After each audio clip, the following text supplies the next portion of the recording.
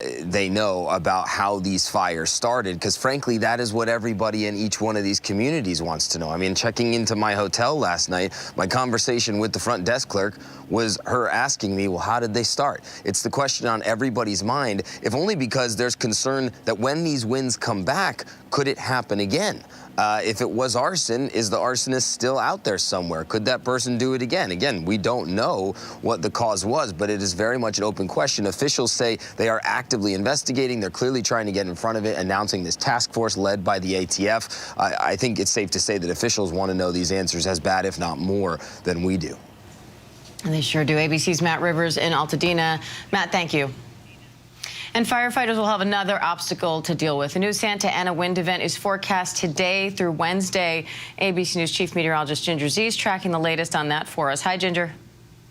There's a lot to talk about because from today through Wednesday, we have red flag warnings for a large section of Southern California. But we also have a particularly dangerous situation red flag warning, something that's only issued usually every 5 to 10 years. But this time, this is the fourth this season already.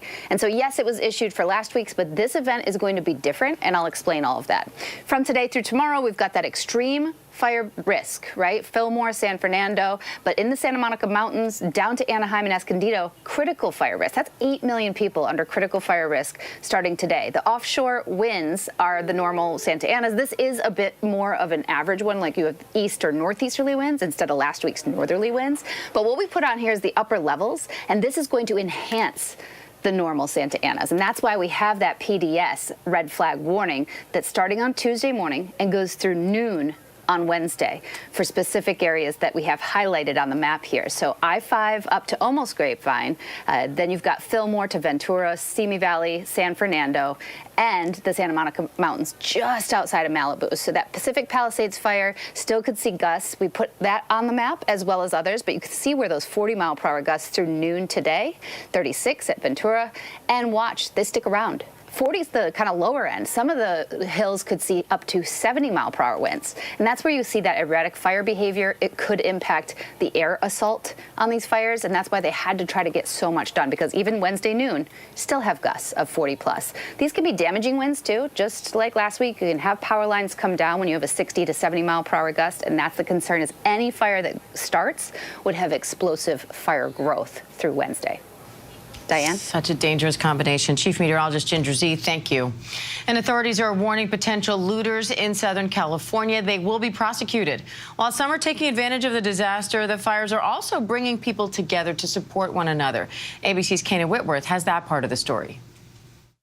The Los Angeles County Sheriff with an urgent warning to people who are taking advantage of a desperate situation. Don't do it, whether it is burglary, looting, or any other crime. Whether it's a scam of some kind that you're conjuring up to make money off of the poor people that have been involved in this. Officials warning burglars, looters, and scammers that they will be prosecuted if they take advantage of people who've been through this tragedy. A curfew order has been established from dusk till dawn in the affected fire zones to protect homes.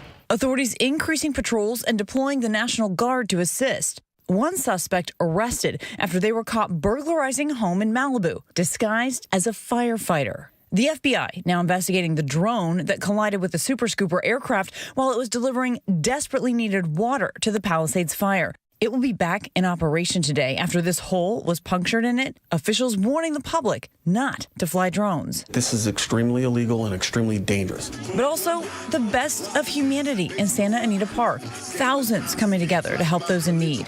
We are giving away free food. It all started with a TikTok gaining thousands of views. Jerry Martinez, Juan Diaz, and Jimmy Medina simply wanted to give out food in their community. But their efforts inspiring others, and now turning this racetrack parking lot into a massive donation center. Recently, we've been having so many donations from all over the state. We have wheelchairs, we have coffee pots, we have blankets, we have clothes, we have essentials, hygiene packs. The support from the community has been really, really, really moving. We just spoke with the organizer, and they said that people are so desperate that they're coming here to get things. They don't even have a bag to take it home in, so they're having to make multiple trips. There were thousands of people yesterday, and they expect the same here today. And there's just been an overwhelming amount of support out here. Incredibly heartwarming. It sure is. ABC's Kenny Whitworth, thank you. Meanwhile, families in Altadena are slowly starting to return to their neighborhoods to see the destruction caused by those wildfires. The Eden fire has burned more than 14,000 acres, damaging or destroying nearly 7,000 structures in that area alone. And one of those structures is Robin and Ivan Miguel's home. Robin and her husband join me now for more on this. Thank you both for coming on. I know this is a difficult time, and I'm so sorry to learn that you lost your home in this fire. Thank you. Thank you. Robin, how are you and your family holding up right now? We're really lucky that we're a close family, and we live with our adult children, 22 and 25, and we've been supporting each other, and we're just trying to not all fall apart at the same moment. If we can just keep being there for each other, we're getting each other through. And the outpouring of love and support from family, from friends, from coworkers, people that I worked with, my husband worked with decades ago, are showing up and offering love and support and anything we need. And that has really been getting us through. Ivan, I know you were all monitoring this fire last week when it started, but you say the family went to sleep thinking that it would never get to you. So why is that, and when did that change? Well, we've lived in the community for 25 years, and fires have come through, and we've had winds, but it was pretty profound. And we were under fire watch, and we lost power at about 5 o'clock. And by 2 o'clock, we needed to sleep. And so my son was awake and we were asleep, and we got the call he woke us up at 3:30, and then we got the alarm on our phones at 4 to evacuate. And we had about a half an hour to get out. Wow, just a half hour. Robin, what was that like? I have given myself permission to not punish myself for what I didn't grab, because no matter how much you think you're together in that moment there, and getting through the winds to get the items into your car, it was so windy. I have a lot of regret about what I didn't grab, about memories and photos and family things that I didn't get out. And we as a family have given each other permission that you don't want to feel bad and feel regret about what you didn't get out. And I know other people that got out of the fires feel the same way. They got out in their pajamas and slippers and nothing else. And I've just had to let go of that sadness of what we didn't do in those moments, because my family and my pets got out safely, and that is what was most important. Well, and you don't need to hear it from me, but you don't know what the cost would have been had you gone back to grab one more photo album or one more memento, right? And so I'm sure that doesn't make it easier to cope with what you've lost. But in terms of that blame, the fact that you guys got out, obviously the most important. Your daughter did get injured, though, in the escape. What happened there? She was bringing things out to her car from the house. We all were, and she got a face full of the embers. There were embers dropping from the sky and starting to land on the trees and on the roof, and it was pretty clear that it was going to catch fire really soon. And she got a abrasion across her eye from the ash. And she inhaled a lot. She gulped a lot of the smoke, so she was vomiting for a day. And we got her into urgent care, and they got her some medicine, and she's doing a lot better now. And Ivan, really quickly, I know when you guys went back, there was one thing still standing, and that was the angel statue. How did you feel seeing that? I burst into tears.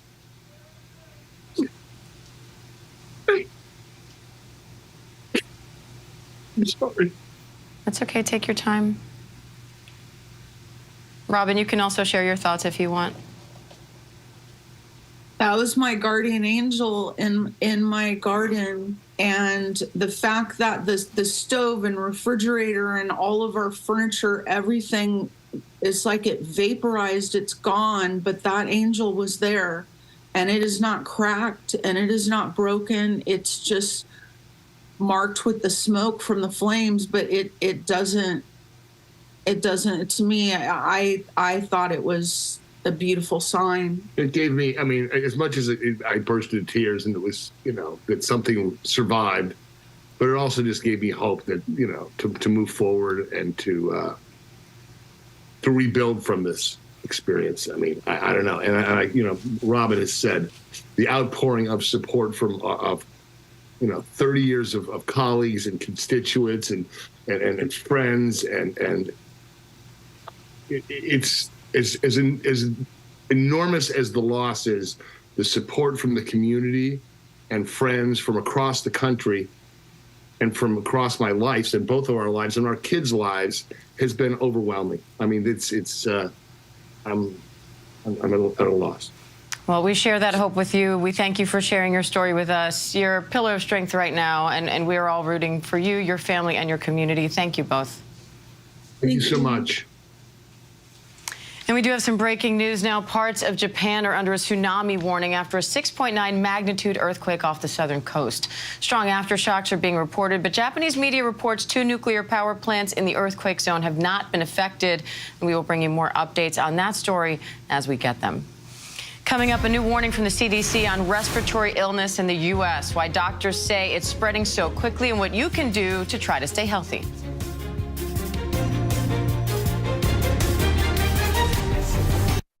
The news never stops. From Tampa, we are here tonight as Hurricane Milton has just made landfall. The surge just keeps coming up. Right on the border between Ukraine and Russia. In downtown Tel Aviv, rockets or missiles coming in. ABC News Live everywhere. We're not far from where this rally took place, so just stick with us here. Here in London. From the front lines. Off the coast of Gaza. Wherever the story is. We're going to take you there. You're streaming ABC News Live. ABC News Live. You're streaming ABC News Live. ABC News Live. Streaming free everywhere.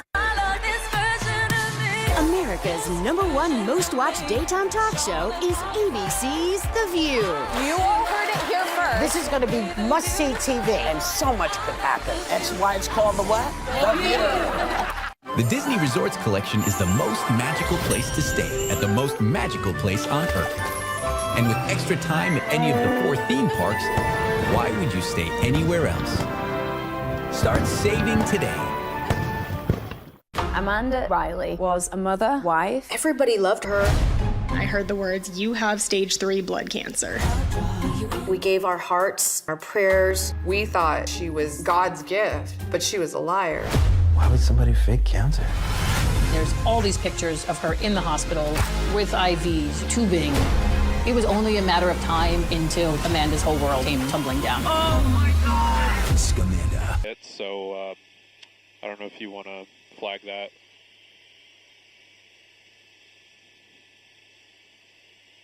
Okay, thanks.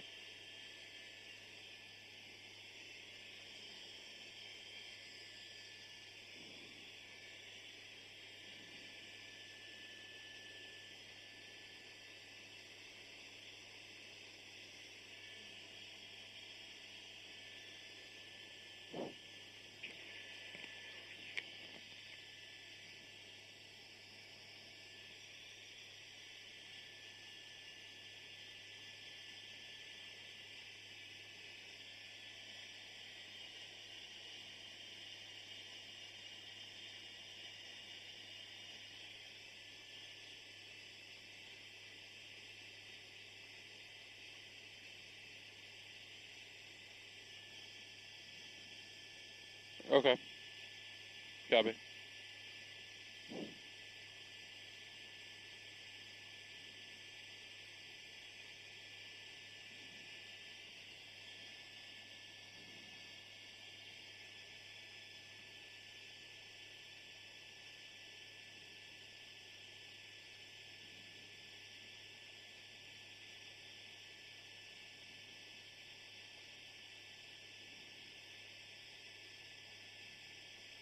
You got a soundtrack going there? Nice.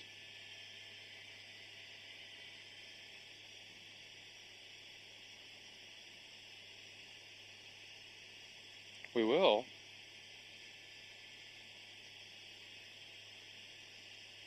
That's news to me.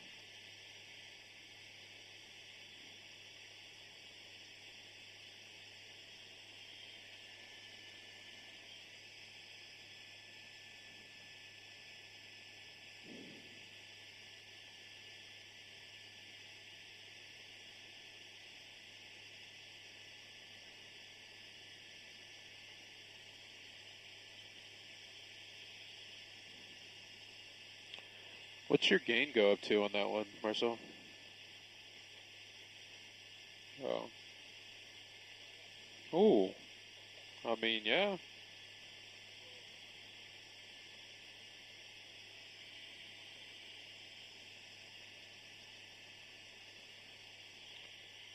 We pretty much lived at 9 at night in the foreship.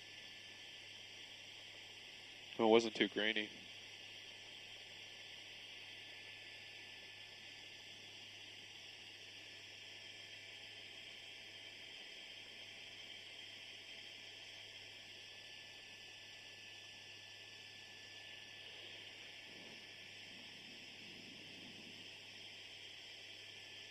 Who's flying newscopter? Oh, cool. Huh.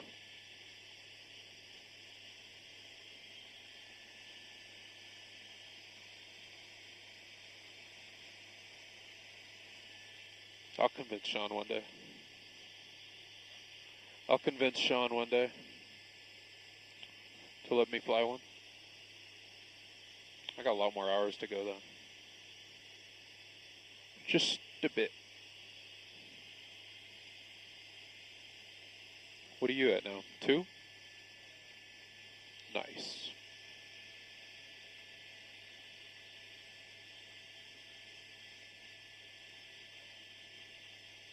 $6:30. Yeah. Air 7 copies, 6:30.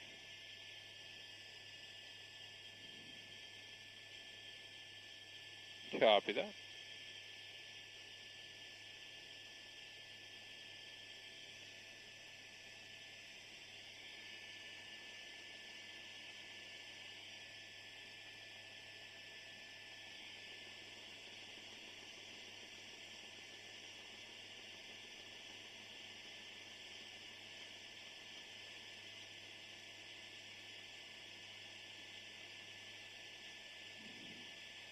Oh, he's not climbing?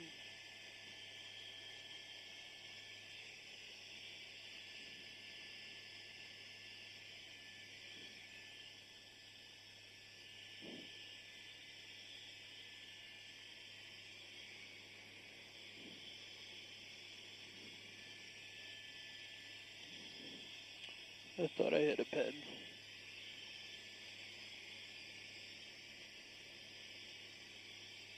Oh well.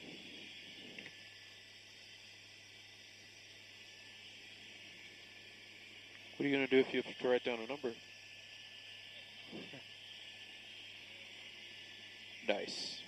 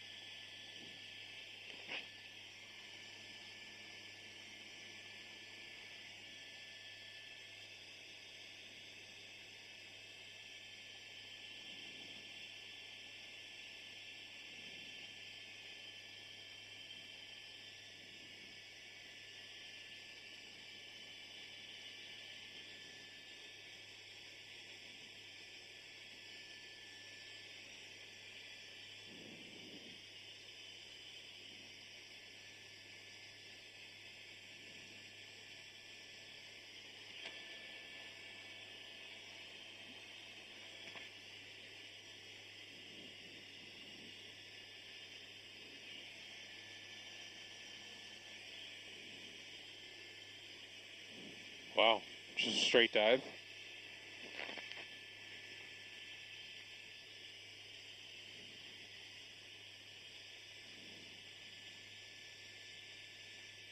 Three minutes.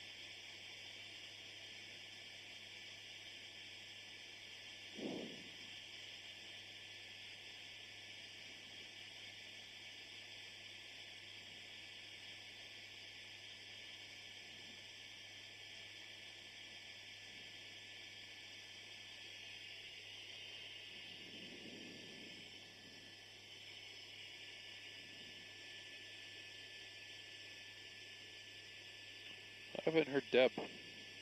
I wonder if she's there.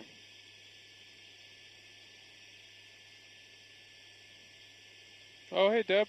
Good morning. They said something about I was doing traffic in the next sit. Is that true? Okay, copy.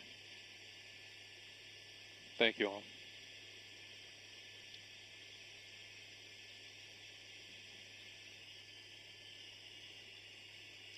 Copy that.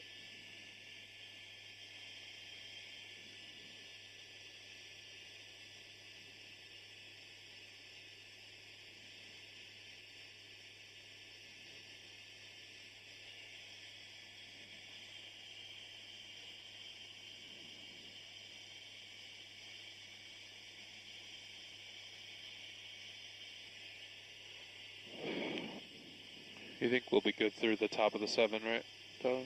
Should be good. It's already 6:30. Okay, cool.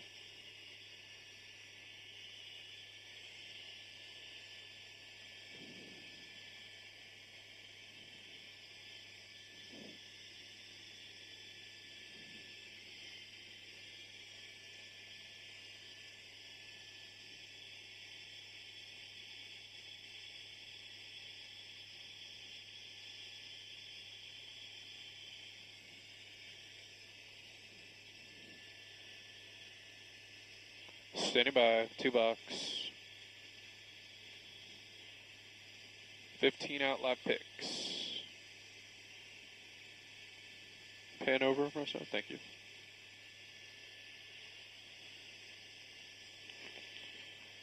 Stand by live picks.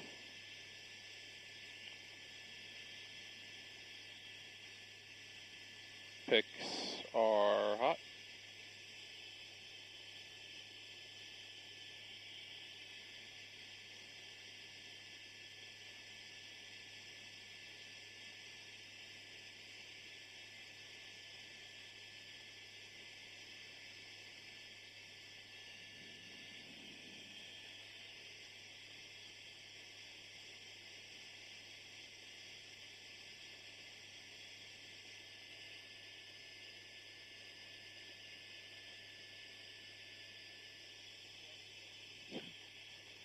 I couldn't pronounce that for the life of me the other day.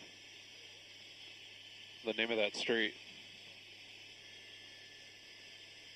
Oh, wow.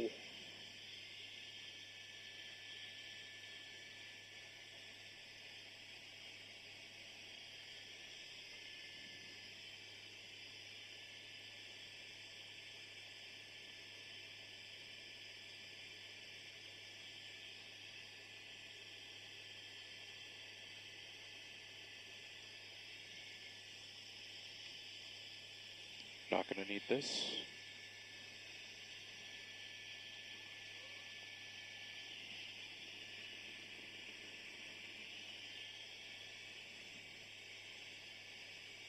Yeah.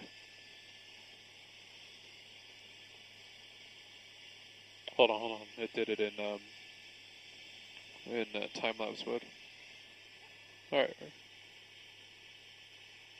Got it. Let me do one more. Better than if we were alone. Yeah, my sister lost her home, who lived 10 houses down from us, and my uncle lost his home in the Palisades, as well as a few family friends. So it's been nice to gather around my family in the homes that we have left, and also kind of keep watch on a couple of homes that were closer to Mountain Gate. So it's nice to have that family community here. Yeah, Alex, I know you were also diagnosed with thyroid cancer just days before the fires broke out. So great to see you getting the support that you need on all those fronts. Can you talk to me a little bit about what happened with these fires and when you realized that you were going to lose your home? Oh, I actually didn't realize I was going to lose my home until we saw the news of the fire spreading far beyond where mentally I was prepared for them to even go. I thought, okay, there's a fire in Eden Canyon. It's going to go away quickly. And even when I packed my things after Alex came home and said, it's right a few blocks away, as I was packing, I thought, I'm definitely coming back. So mentally, I just was not in the right space to process that the home was going to be gone. And me, when I was coming back to her, I saw this like lightning strike of fire up the mountain. And as I drove closer to the home, I was like, this feels really close. And when I got to our intersection, I looked to my right. It was just like a couple blocks down. So I got in, we had lost the power, and she definitely was like, just sitting there with like the candles we had from when we survived Hurricane Milton not that long ago. So, you know, I was like, hey, you know, we gotta start packing, and we did. I know you just mentioned you guys rode out Hurricane Milton in Florida just a few months ago. Did it feel like there's no way this can happen to us again? Well, being at a different part of the United States, I grew up on the East Coast, so like hurricanes, they happen. But we've seen weather events get more and more extreme. That Category 5 was unprecedented. This firestorm was unprecedented. And I know now you are vowing to be rebuild. How did you come to that decision so quickly? And what do you think that process will look like for you? Well, I think of it as not necessarily losing a physical structure, but we lost a home. We lost that, temporarily lost that sense of community. And that's why I want to rebuild, because there's a member of our community, Shauna, who every year would make a Halloween map. So I'd see my neighbors' kids every Halloween. We'd leave treats for each other at each other's door for the holidays. And that's the community that we want to build back. That's a community we want to keep. So it was very easy for me. And I will say, I know that it's not an easy decision for some of our neighbors, because we actually did talk to some neighbors who are contemplating. But for the most part, I think that there's going to be a group of us who do decide to build back first, maybe. And I do feel that, you know, it feels like it was a quick decision, but there was a little back and forth. It was just an easy decision when we knew that we wanted to be a part of that rebuild with the restaurants we lost, the stores we lost, and try to be there as it inevitably will rebuild. I have to say, you are both surprisingly upbeat, given everything you have already been through. Even in that video, as you're standing in the rubble of the home, you are together, you are smiling. Where do you find that? Where does that come from? I think when you've been through a lot of bad things in your life, you see the joy in each little thing. I know Marie Kondo made it popular, but every morning when I wake up, I'm like thankful that I was alive, that I survived the night, because that already puts me ahead of the game. And I always like to look at my bed. It reminds me of the fort that my sisters and I grew up with. It is my dream bed. And I just thank and give flowers to all the things that are around me that I have, so that if it goes away, it felt loved, it felt cared for, and now we have to start anew. And she's my optimistic, beaming, shining of light. I also have a client, Christopher Scott, who did the choreography for Wicked. So I watched a lot of Wicked. It was uplifting. And, we were just dancing through life, kind of. Dancing through cancer, dancing through homelessness. So we're going to figure it out. So even though it's not easy for a lot of people, because I would say my cancer is one of the more treatable versions. And for her, the insurance, we have that. We're going through that process. So I don't want to downplay other people who are not having as easy a time. But for us, I do think there's a lot of things that we keep looking to that are here's positive. And I look at her and that's positive. And I feel really lucky because I have her, and I just go, hey, I'm really lucky. I have this wonderful woman next to me. I'm going to be lucky again. And we feel really lucky to have gotten this time with you and to hear your story. You're both an inspiration. Alex, Mugige, thank you both, and good luck with everything. Thank you. Thank you. And as Alex just mentioned, some California residents are facing a potential insurance crisis over the wildfires. Damage is already estimated in the hundreds of billions, and it comes after at least 10 major insurance left or reduced coverage in the state. Now California's insurance commissioner has issued a one-year moratorium on insurance cancellations in fire areas. ABC News business reporter Alexis Christoforous is joining us now for more on this. Alexis, Alex and Mugige have insurance on their home. No. Not everyone is in that position right now. Walk us through how we even got here. Well, a number of insurers, as you said, at least 10 have left the state of California or greatly reduced their coverage because of the frequency of catastrophic natural disasters like these wildfires. And the cost just got too great for them.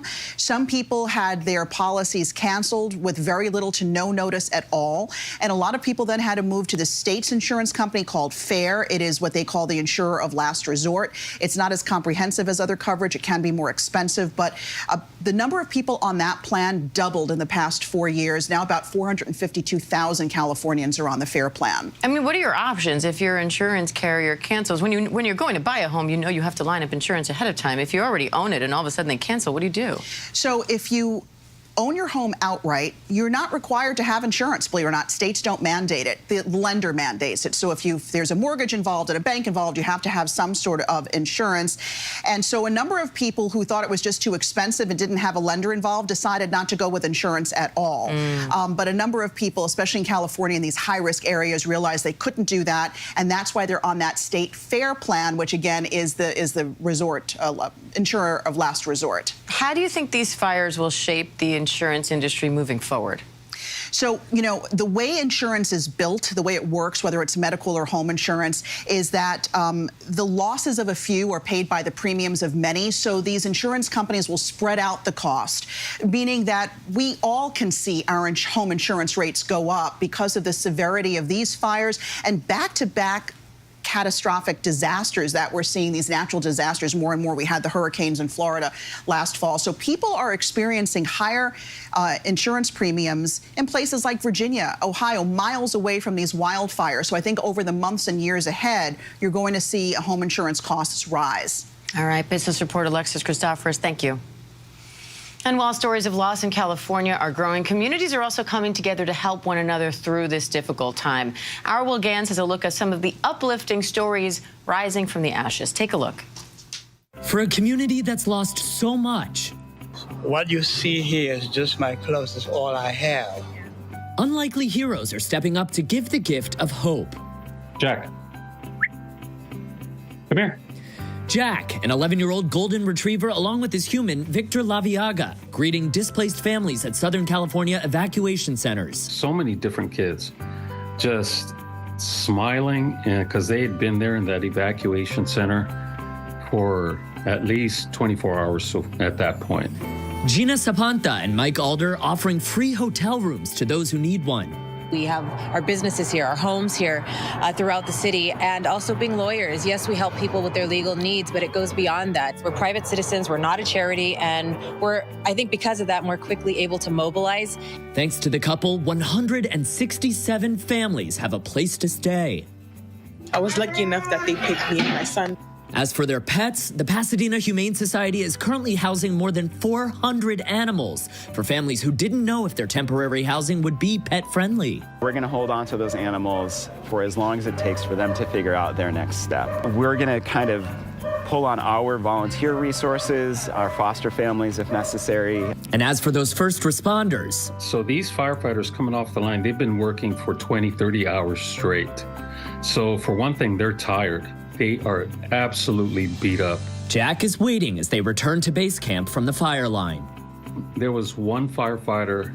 I mean, his face was dirty with soot. His hair was a mess. I mean, he came down on his knee to hug Jack around the neck. And then he started talking. And he started telling me what he experienced on the fire line.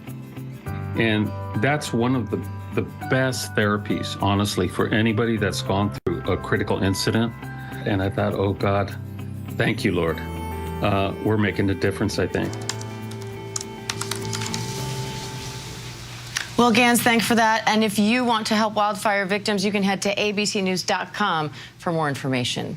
Coming up, James Longman's new book, The Inherited Mind. Our chief international correspondent is opening up about his family's struggle with mental illness and how he hopes his journey can help others.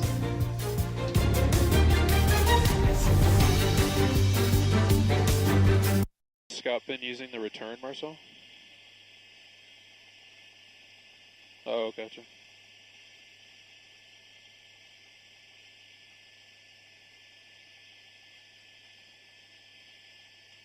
Standing by.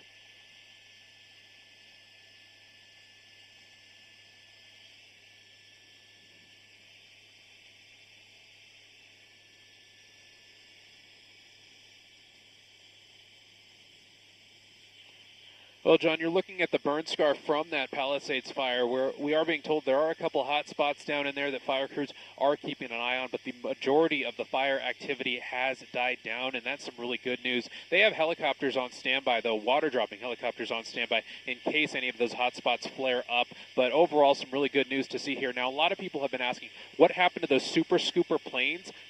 Two of those were out here earlier in the week, and one of them was hit by a drone. We do understand that one of them, the one that was hit, is still grounded at Van Nuys Airport, and the other one apparently is also grounded as well because they want to wait until the investigation is complete before they can release both of those super scoopers back into the firefight. So that's some not so good news, but hopefully they can get that investigation done quick and get those super scoopers back online to fight any hotspots that come up here, or any other fires that may develop. We'll keep an eye on this. Live in Air 7, Gabe Santos, ABC 7 Eyewitness News.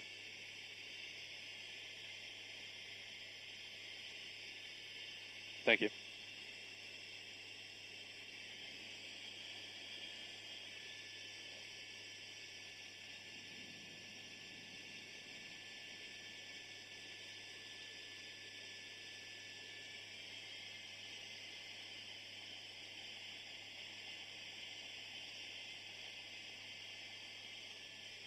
You found one? No? Wow.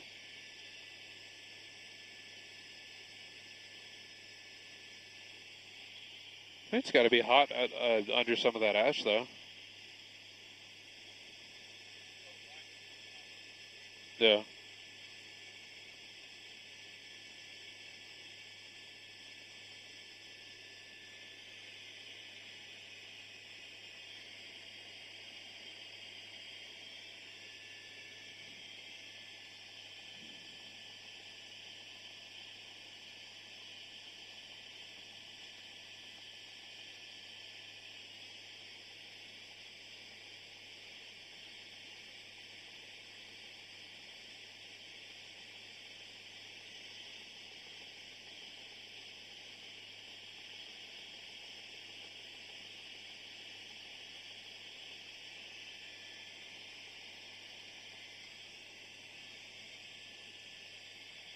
What happened?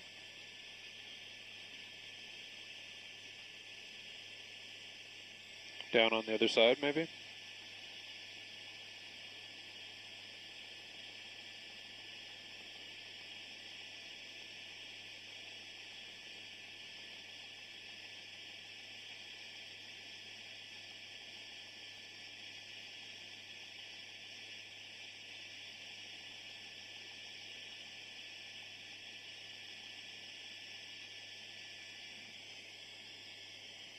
These are good. Yeah.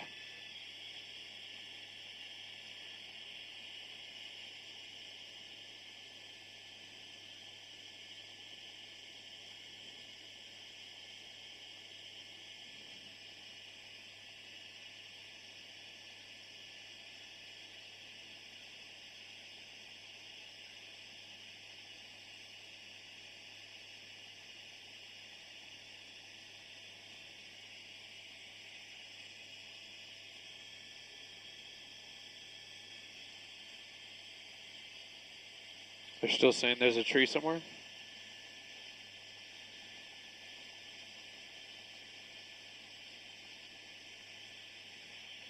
Oh, they're over. Oh, but they're over mid city.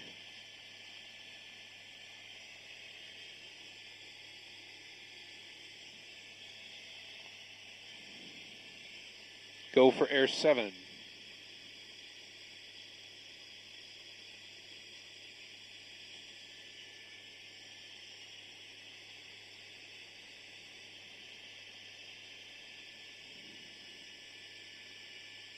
Copy that. So no hits in the 7.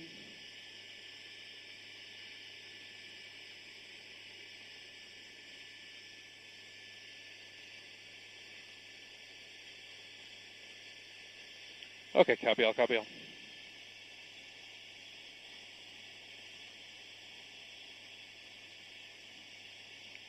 Was there an earthquake? 6:43.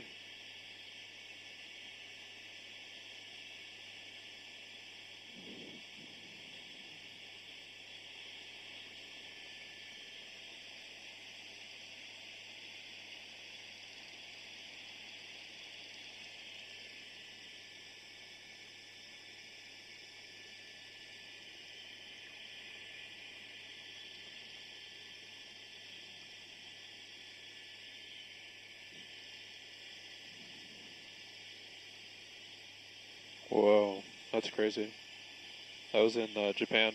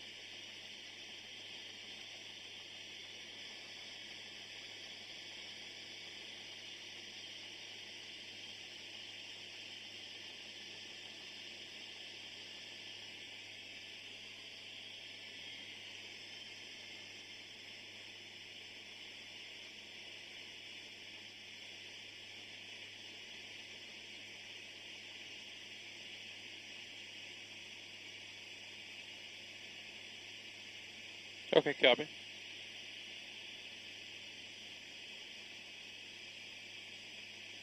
Copy that.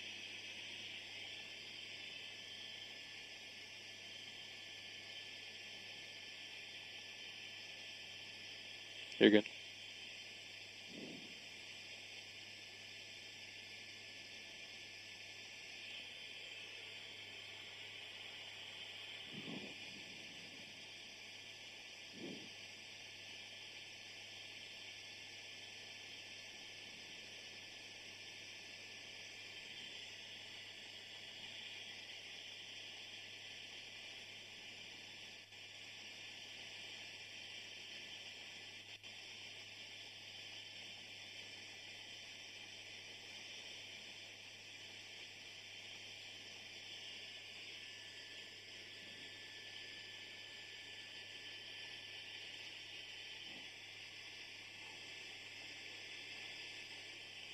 She's talking about pilot stuff.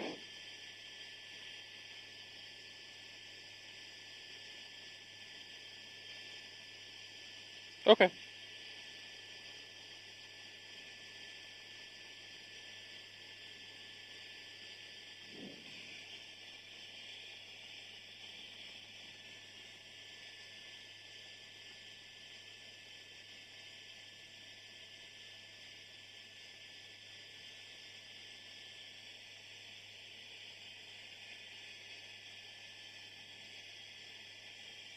Copy that. Top of the 7.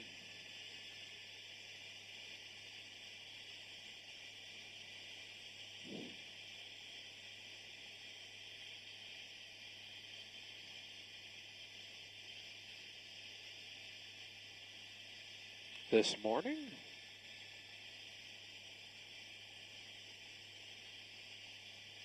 Wow.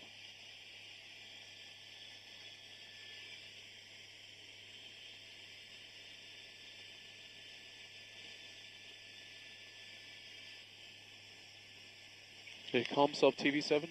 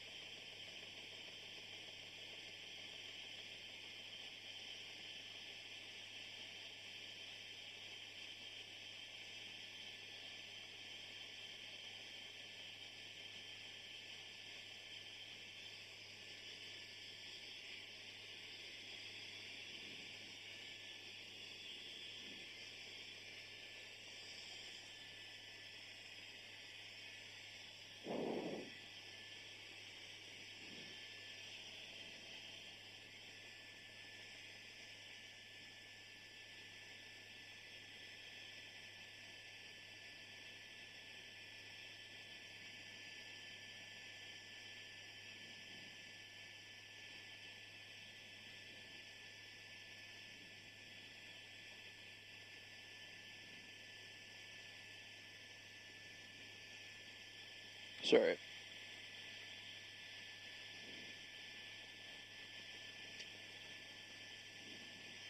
Could you imagine if we were in a 407?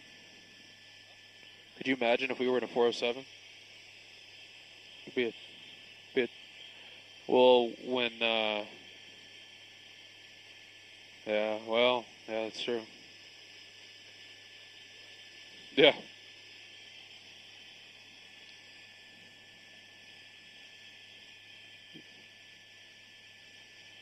You would have all the room back there.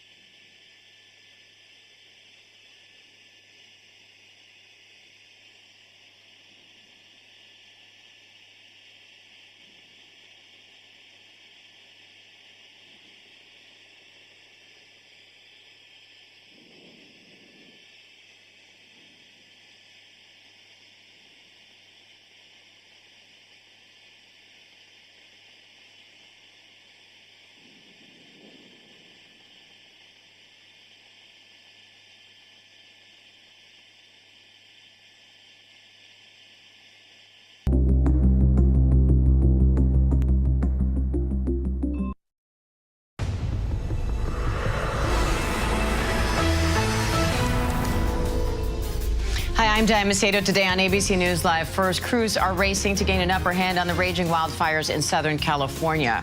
Firefighters are battling the flames from the air as they try to contain as much as possible before the winds pick up again. Right now, a red flag warning is expected to last until Wednesday, and new images show some neighborhoods already completely in ruins. This house has survived 110 years. 24 people are now reported dead and at least a dozen missing. The sheriff's also warning burglars, looters, and scammers not to go through with whatever their plans are as authorities investigate what may have sparked the fires. Now neighbors are helping. Neighbors banding together to collect and distribute much-needed aid. Our special coverage of the fire disaster in California starts right now.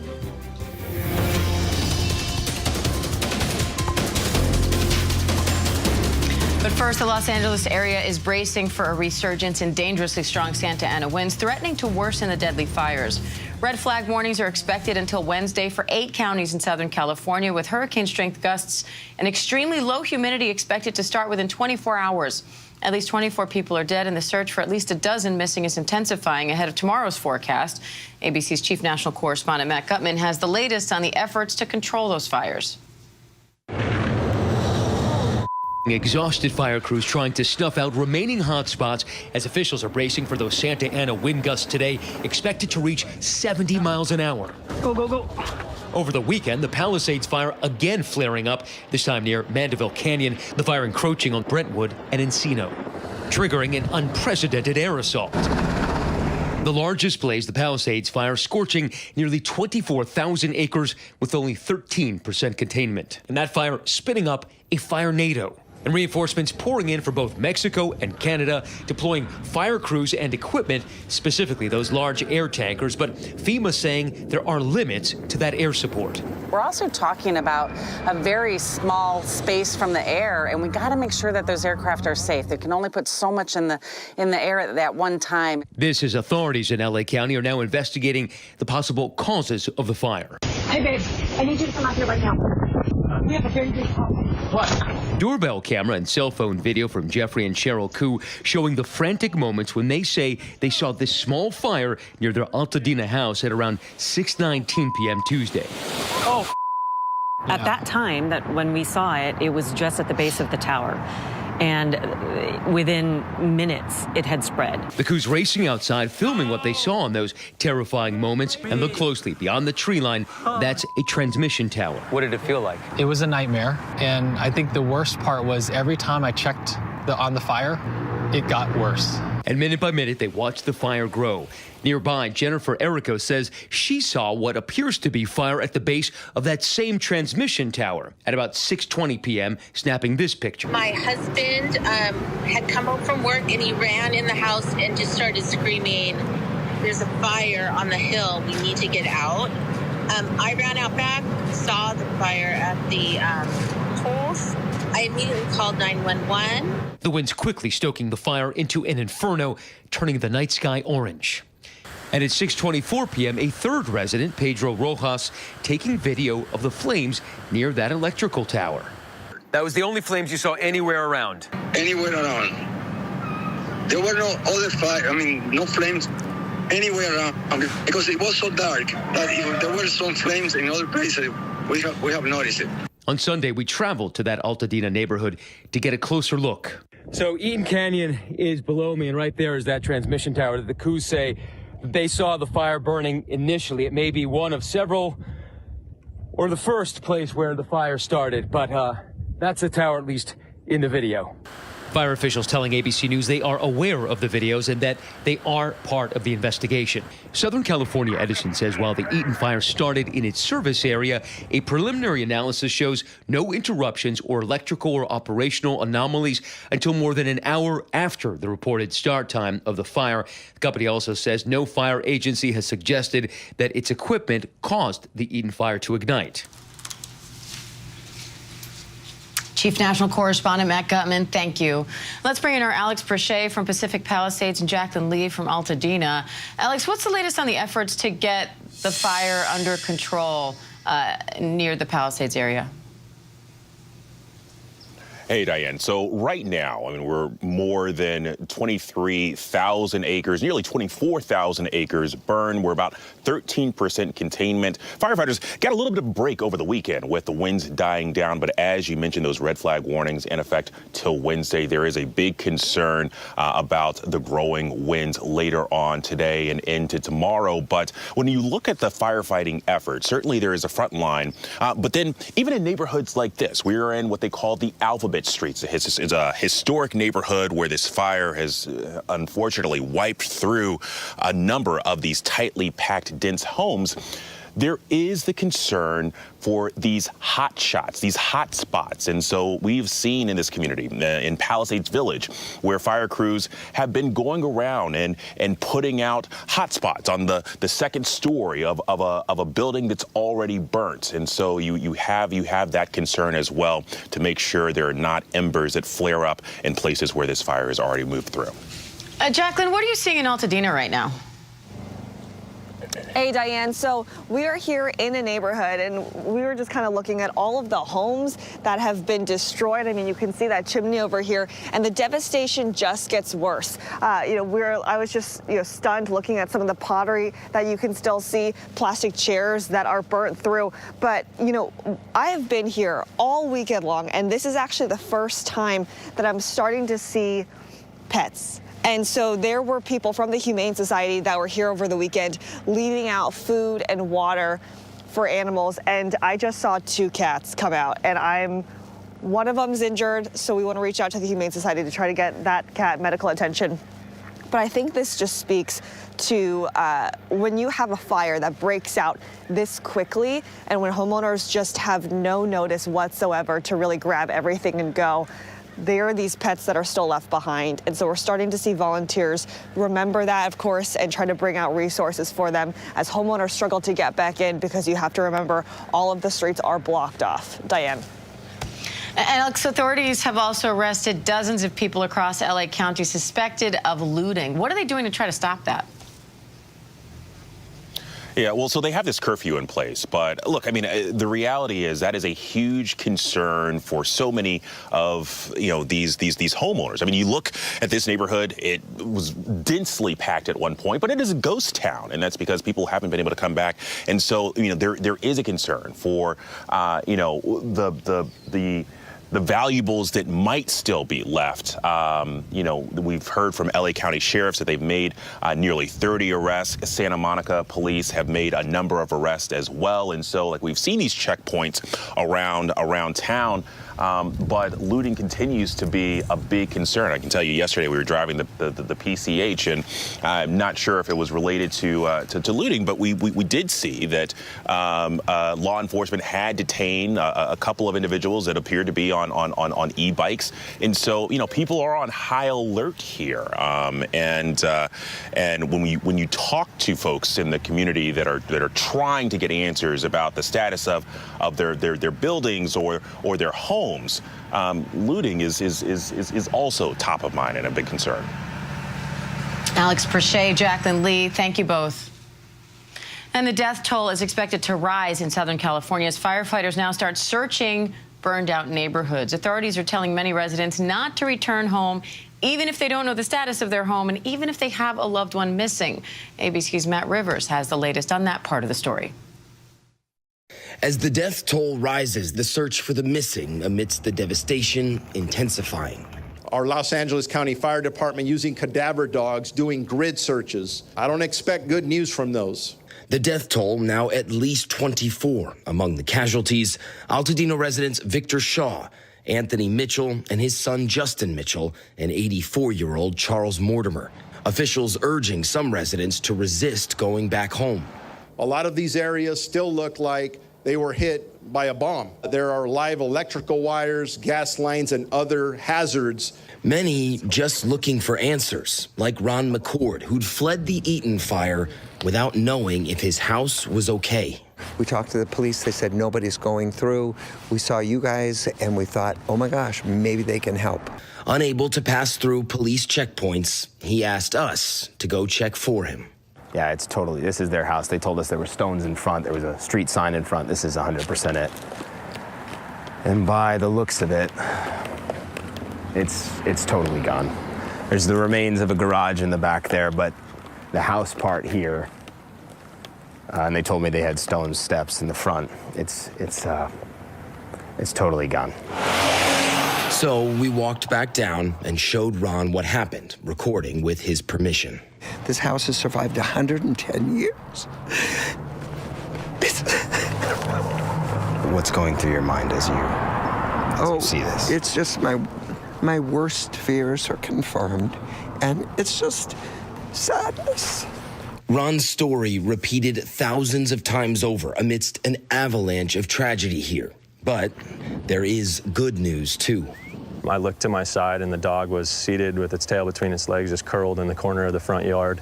Firefighter Slater Lee from San Marcos, California, fighting the flames, holding a fire hose in one hand while at the same time comforting the stranded dog with the other and getting him safely out of the burning neighborhood.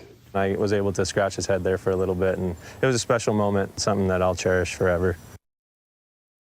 And Diane, we actually managed to speak to Lee during the middle of yet another 24-hour shift. We pulled him aside just for a few minutes, and then as soon as we were done talking, he went back to work. The thing he wanted us to stress, he feels like he's just part of a team, that this was not a solo effort. Diane? ABC's Matt Rivers, thank you. And firefighters will have another obstacle to deal with. A new Santa Ana wind event is forecast today through Wednesday. Meteorologist Jeff Smith from our ABC station in New York has the latest on that. Jeff, how worried are you about this Santa Ana wind event and these red flag warnings that are set to get even more dangerous tomorrow morning? Diane, very concerned about this. I mean, if we didn't have last week's monumental Santa Ana event to compare to, this one coming up would be the Santa Ana event of the year. High pressure building into the Pacific Northwest. You get this really strong offshore flow coming in from the east and northeast, and these will be damaging winds, and these will blow embers from these fires miles and miles, and that can start new fires. We not only have red flag warnings for nearly 10 million people in Southern California, we also have a very rarely issued PDS, or particularly dangerous situation red flag warning, portions of western Los Angeles County into Ventura County.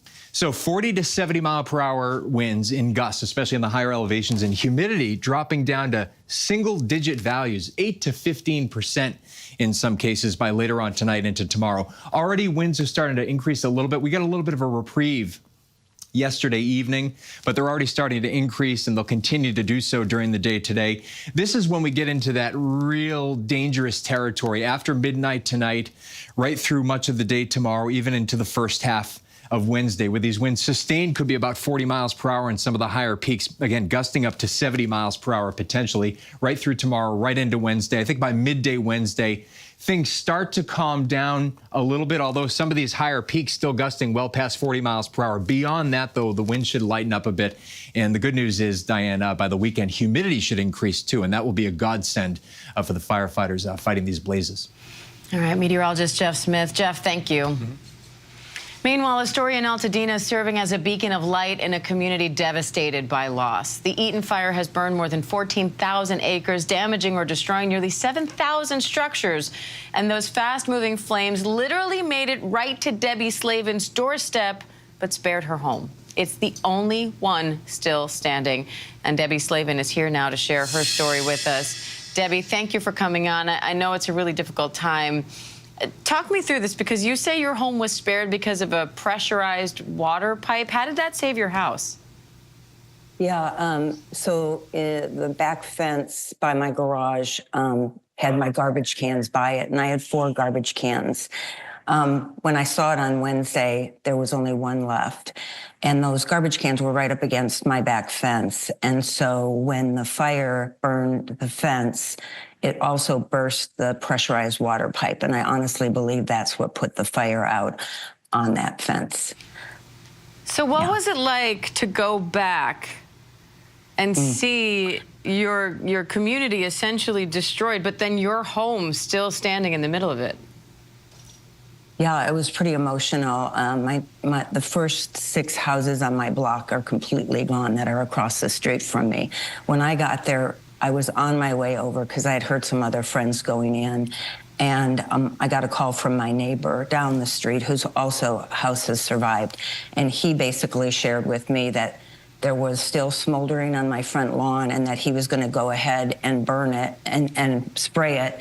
And then when I got there, it also was still smoldering. So I went ahead and also put more water on it. Debbie, have you gotten a chance to talk to any of your other neighbors? What do you think the future looks like for your community? Yeah, we all are just in a state of shock. We don't really know. I've texted with my neighbors. We have a text going, and we've been communicating back and forth. My dear neighbor down the street, actually, I went in on Wednesday. I went in again on Thursday, and on Thursday, I didn't know if I had locked my front door or shut my front door. And so I called him, and he had just left, and he actually walked in and checked on the door just to make sure that it was locked. So I was so appreciative of that. But it's such a great community. It's such a great street. We would do, gatherings together, stop by and say hello. It's really a community of people. And so I don't know what it's going to look like in the future. And that's also what's so heartbreaking. I've had some really great friends lose their homes, and you have to ask yourself, why my home and why not the ones across the street? Debbie, when you go outside now and you look around, what do you see? Well, first of all, I can't get back to my home yet, so I'm still displaced right now. Right now, where I'm at, it's a blue sky and clear. But again, it's terrifying that the winds will be coming back. But they say it's not going to be anything like it was that night, and it truly, truly, truly was a wind event like no other. All right, Debbie Slavin, glad your home was spared here, Debbie. Thank you for sharing your story with us, and stay safe. Thank you so much. Coming up, Trump's cabinet picks are gearing up for their confirmation hearings. We're on Capitol Hill with how both sides of the aisle are planning to question some of the more controversial nominees.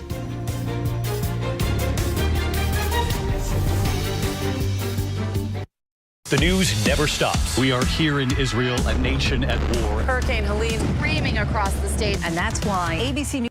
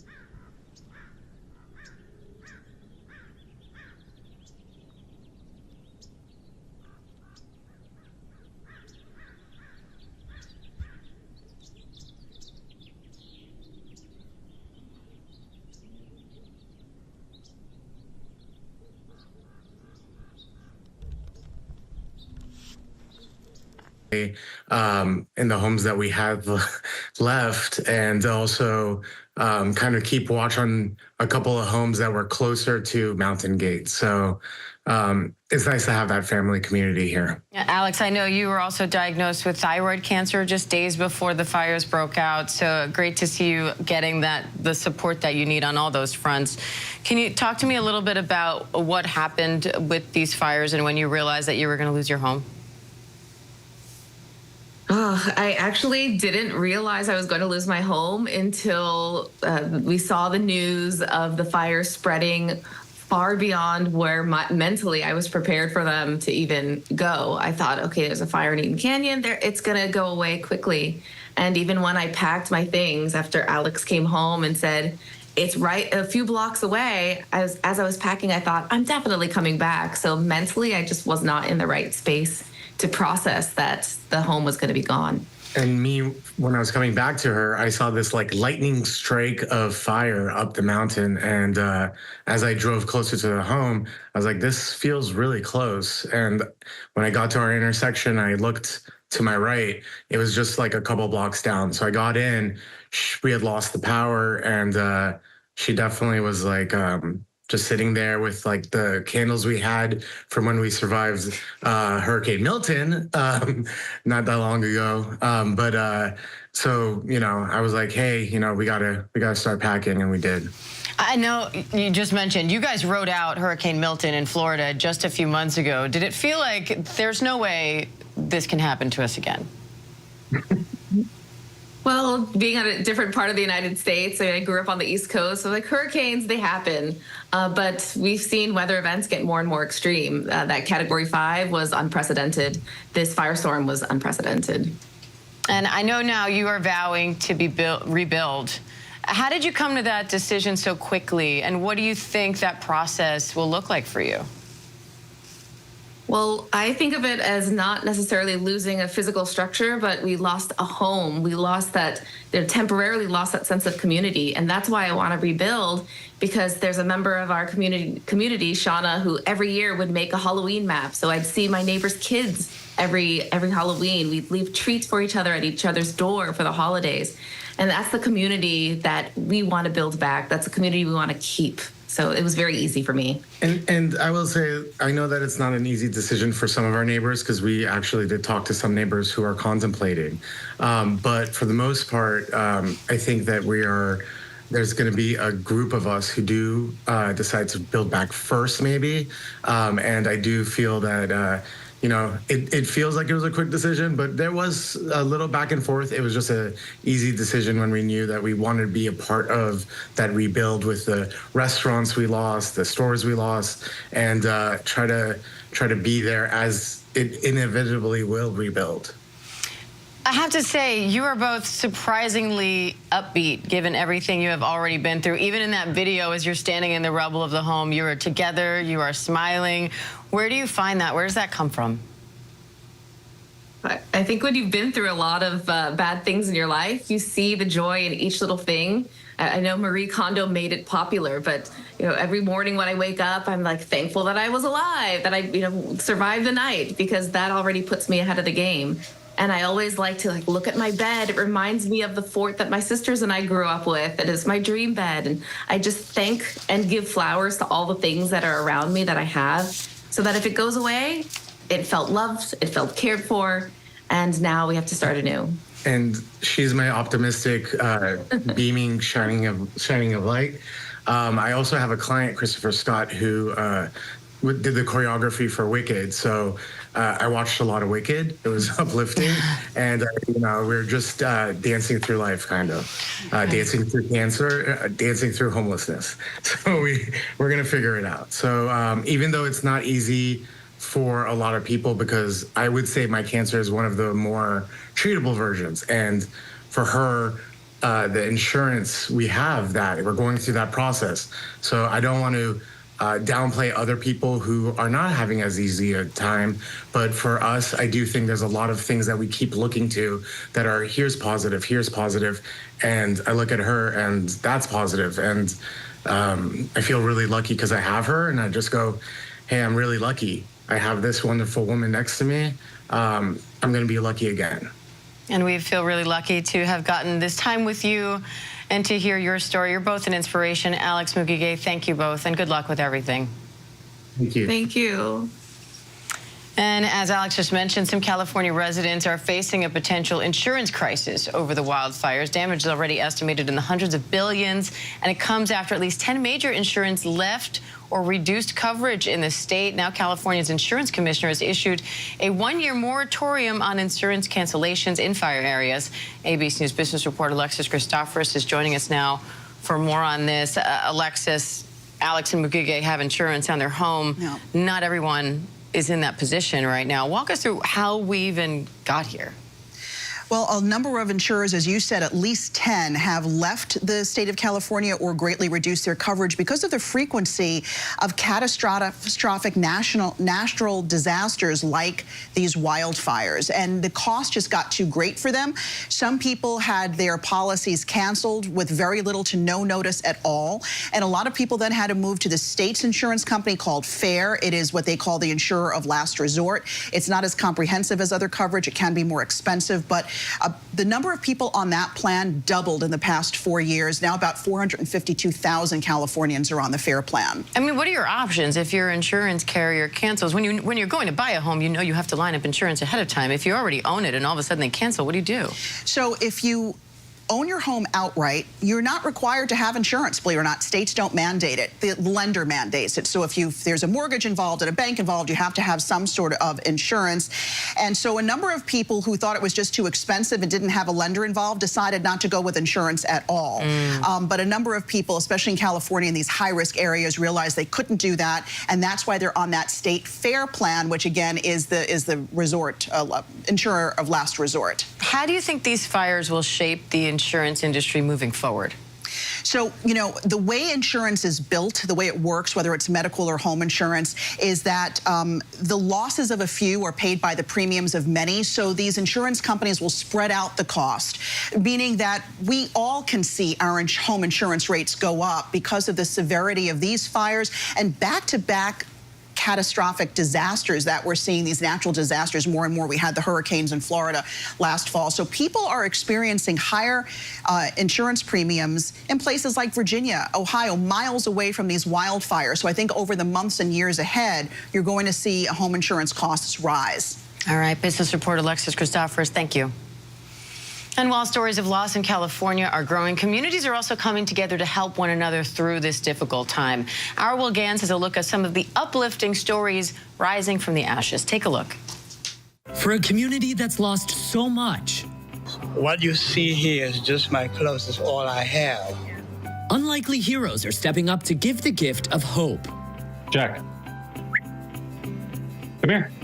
Jack, an 11-year-old golden retriever, along with his human, Victor Laviaga, greeting displaced families at Southern California evacuation centers. So many different kids just smiling because they had been there in that evacuation center for at least 24 hours so at that point. Gina Sapanta and Mike Alder offering free hotel rooms to those who need one. We have our businesses here, our homes here throughout the city, and also being lawyers. Yes, we help people with their legal needs, but it goes beyond that. We're private citizens, we're not a charity, and I think because of that, we're quickly able to mobilize. Thanks to the couple, 167 families have a place to stay. I was lucky enough that they picked me and my son. As for their pets, the Pasadena Humane Society is currently housing more than 400 animals for families who didn't know if their temporary housing would be pet-friendly. We're going to hold on to those animals for as long as it takes for them to figure out their next step. We're going to kind of pull on our volunteer resources, our foster families if necessary. And as for those first responders. So these firefighters coming off the line, they've been working for 20, 30 hours straight.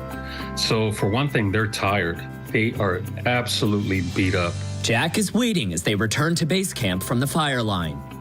There was one firefighter. I mean, his face was dirty with soot. His hair was a mess. I mean, he came down on his knee to hug Jack around the neck. And then he started talking. And he started telling me what he experienced on the fire line. And that's one of the the best therapies, honestly, for anybody that's gone through a critical incident. And I thought, oh God, thank you, Lord. We're making a difference, I think. Well, Gans, thanks for that. And if you want to help wildfire victims, you can head to abcnews.com for more information. Coming up, James Longman's new book, The Inherited Mind. Our chief international correspondent is opening up about his family's struggle with mental illness and how he hopes his journey can help others.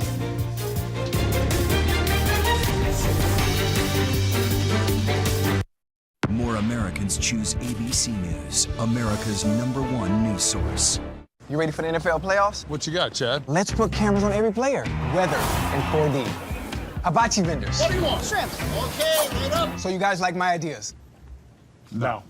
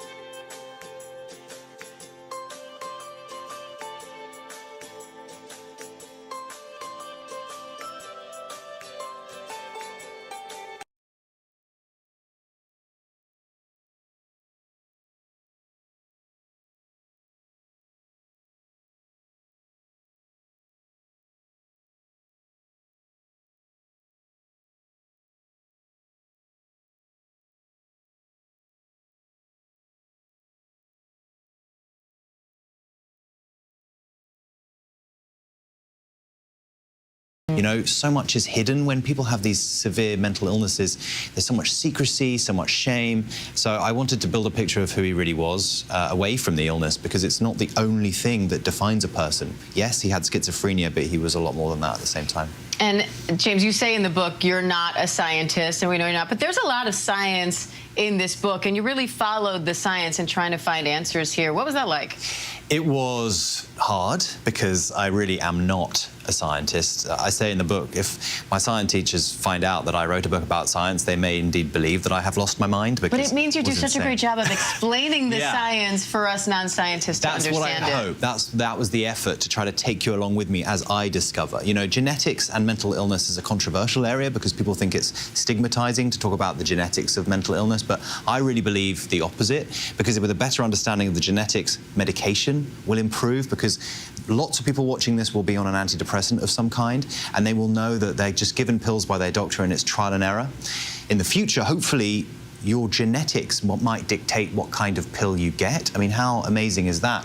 Plus, genetics aren't everything. 98% of our genetic code is the software that activates the hardware of our DNA. And we have it within ourselves. We have the power to alter the way that software operates, which means that genetics do not have to be a prison. You can be set free by your genetics. I find that concept so interesting, this idea of epigenetics, that you can kind of flip that switch on and off if you have the right tools to do it. Can you talk a little bit more about that? Yeah, that's right. So epigenetic processes, genes load the gun, epigenetics pulls the trigger.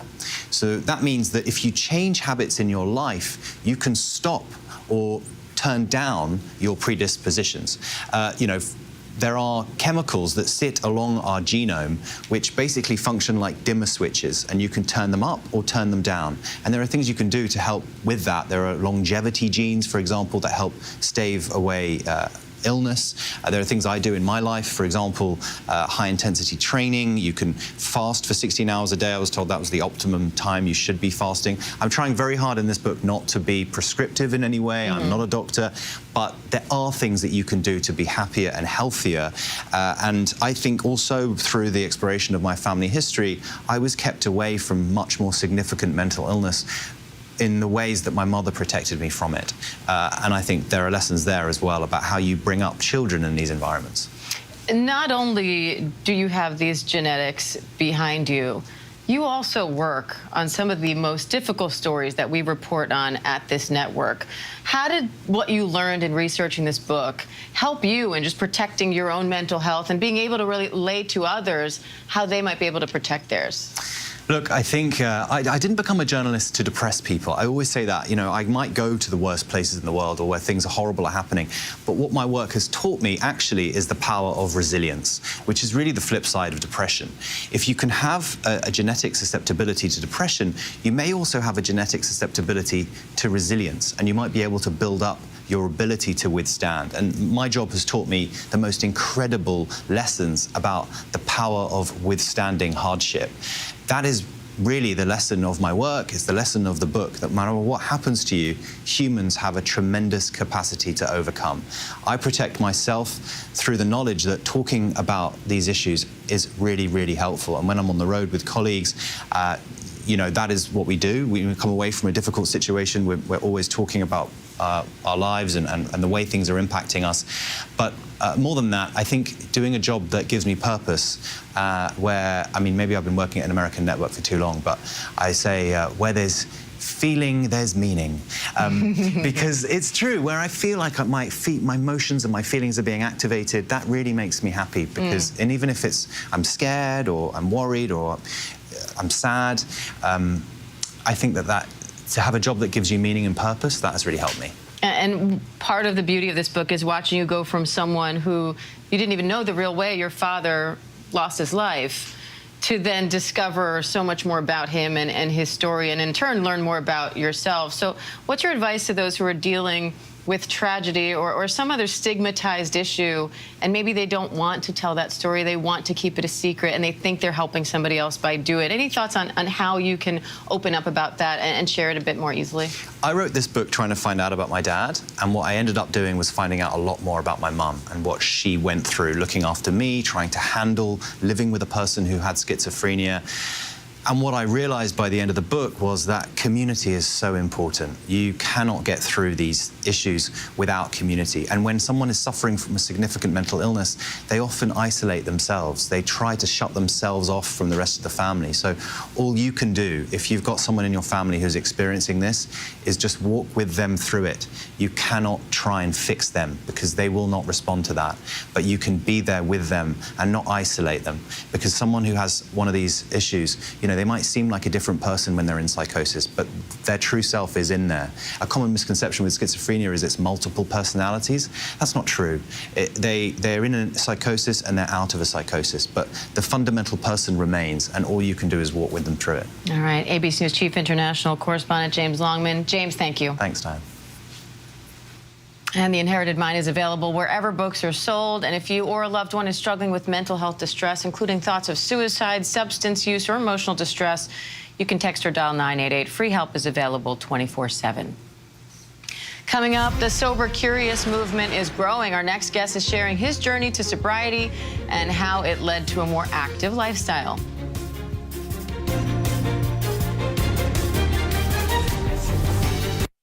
She was born, we had that minute of relief, and I was just worried all over again. What is she supposed to be doing? So many parents are overwhelmed.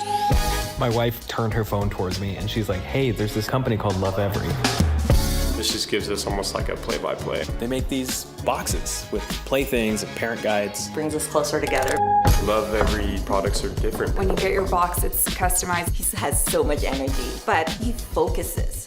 Who knew? I love this version of me. America's #1 most watched daytime talk show is ABC's The View. You all heard it here first. I love it. I'm there for it. Hot topics, political views. That's what we're about. Voices that matter. It all goes down right here. That's why it's called the what? The View. I love it. I'm all in. Second that. This is going to be must-see TV, and so much could happen. What does it take to be the most watched newscast in America? We are part of an operation. Is this our combat operations center? We're approaching the gate. Militants came in from... Hi. Appreciate you. Thank you. Ismail? David. ABC's World News Tonight with David Muir is America's most watched newscast. Friday nights at 9 on ABC. Shocking. Noon 2020 True Crime.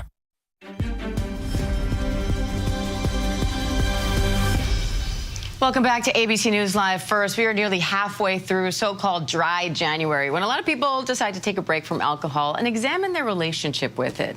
This year's observance comes as the Surgeon General issues a new advisory on links between alcohol consumption and increased risks of certain cancers. And founder of National Sober Active Community, the Phoenix, Scott Strode, joins me now to talk more about this whole movement and his new book, Rise, Recover, Thrive. Scott, thanks so much for coming on, and congrats on the new book. That's huge.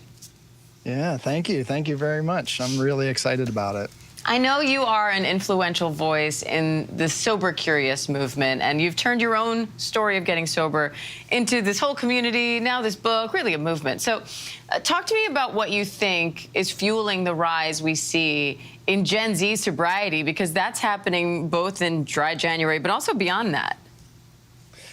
Yeah, I think people are starting to realize the effects of both drugs and alcohol, how they're sort of holding us back from reaching our full potential.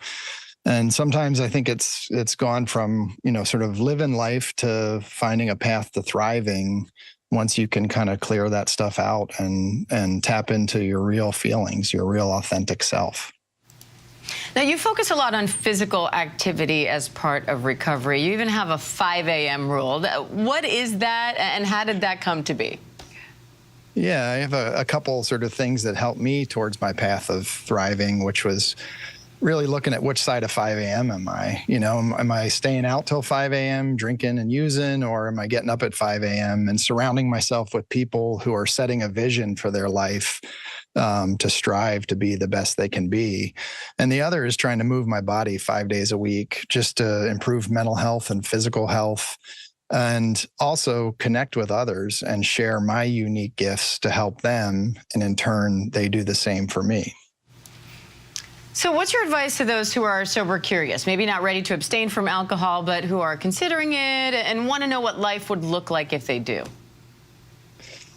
I just encourage you to sort of dip your toe in or jump in, whichever one you want to do. And you could try dry January or sober October, or you could just try giving it up for a while and add in. I would encourage you to add in some other routines. I think when we think of self-care, we always think of ourselves alone on a yoga mat meditating, but I think of self-care as connection with others and being in nurturing community. So maybe find a couple friends who are willing to do that with you, give up alcohol for a while and see how it impacts your life. And I think you'll also see the culture around alcohol can cause pressure for people to drink and use. So maybe if you do, even if you do start drinking again, just shift that culture a little on how you treat people when they say, no, I'm good, I'm not drinking tonight. And in your new book, Rise, Recover, Thrive, a memoir of your journey to sobriety, it says how I got strong, got sober, and built a movement of hope. You say instead of the anonymous approach with alcohol recovery, you actually practice and encourage openness. Why is that? Why go that route? And what do you really hope people take away from your story? I think by bringing our recovery into the light and talking to people openly about not using alcohol or drugs, it just takes that shame and that stigma away from it. And I think the way we need to approach this issue in our country is through a lens of empowerment and believing in the strength in people and the dignity in people, not sort of seeing folks in active addiction as a problem to be managed, but seeing them as folks that if we can support them in their recovery, they can become part of the solution. This is a complex issue, but I'm confident if we come together in the spirit of lifting each other up, it's something we can overcome as a nation. And that's really the culture at the Phoenix, is that we're here to lift each other up. And that's why, for me, it was so important to write Rise, Recover, Thrive and get it out there now, because I think we do feel kind of divided. But at the Phoenix, we feel united, and maybe the country can learn from our experience. All right, Scott Strode, thank you. And you can find Scott's book, Rise, Recover, Thrive, How I Got Strong, Got Sober, and Built a Movement of Hope, wherever books are sold. Thanks, Scott. Thank you. Take care. And thank you for watching. I'm Diane Macedo. The news never stops, and neither do we. You can find ABC News Live anywhere you stream live news, on the ABC News app or on abcnews.com. And we have a lot more news right after the break. Stay with us.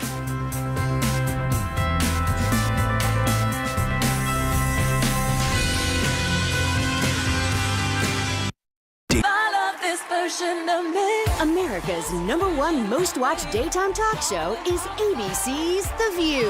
You all heard it here first. I love it. I'm there for it. Hot topics, political views. That's what we're about. Voices that matter. It all goes down right here. That's why it's called the what? The View. I love it. I'm all in. Second that. This is going to be must-see TV, and so much could happen.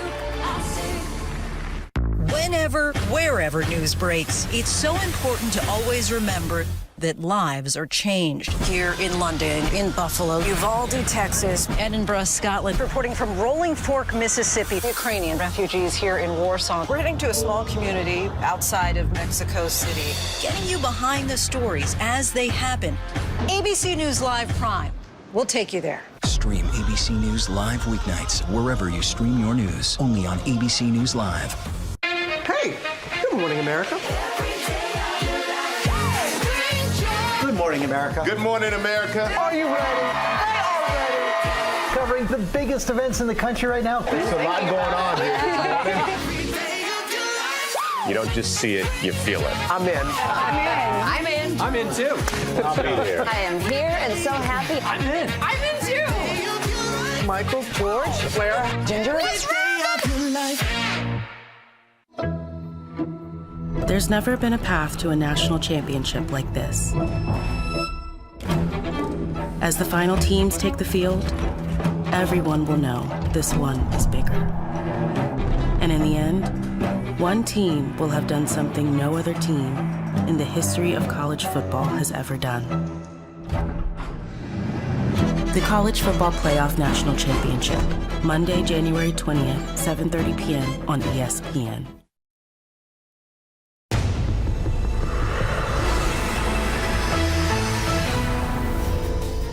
Hi, I'm Diane Macedo. Today on ABC News Live First, crews are racing to gain an upper hand on the raging wildfires in Southern California.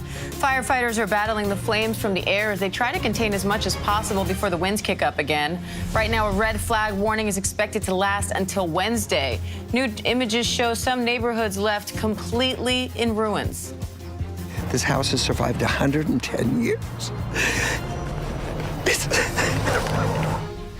24 people are now reported dead and at least a dozen missing. And the sheriff is warning burglars, looters, and scammers as authorities investigate what may have sparked the fires.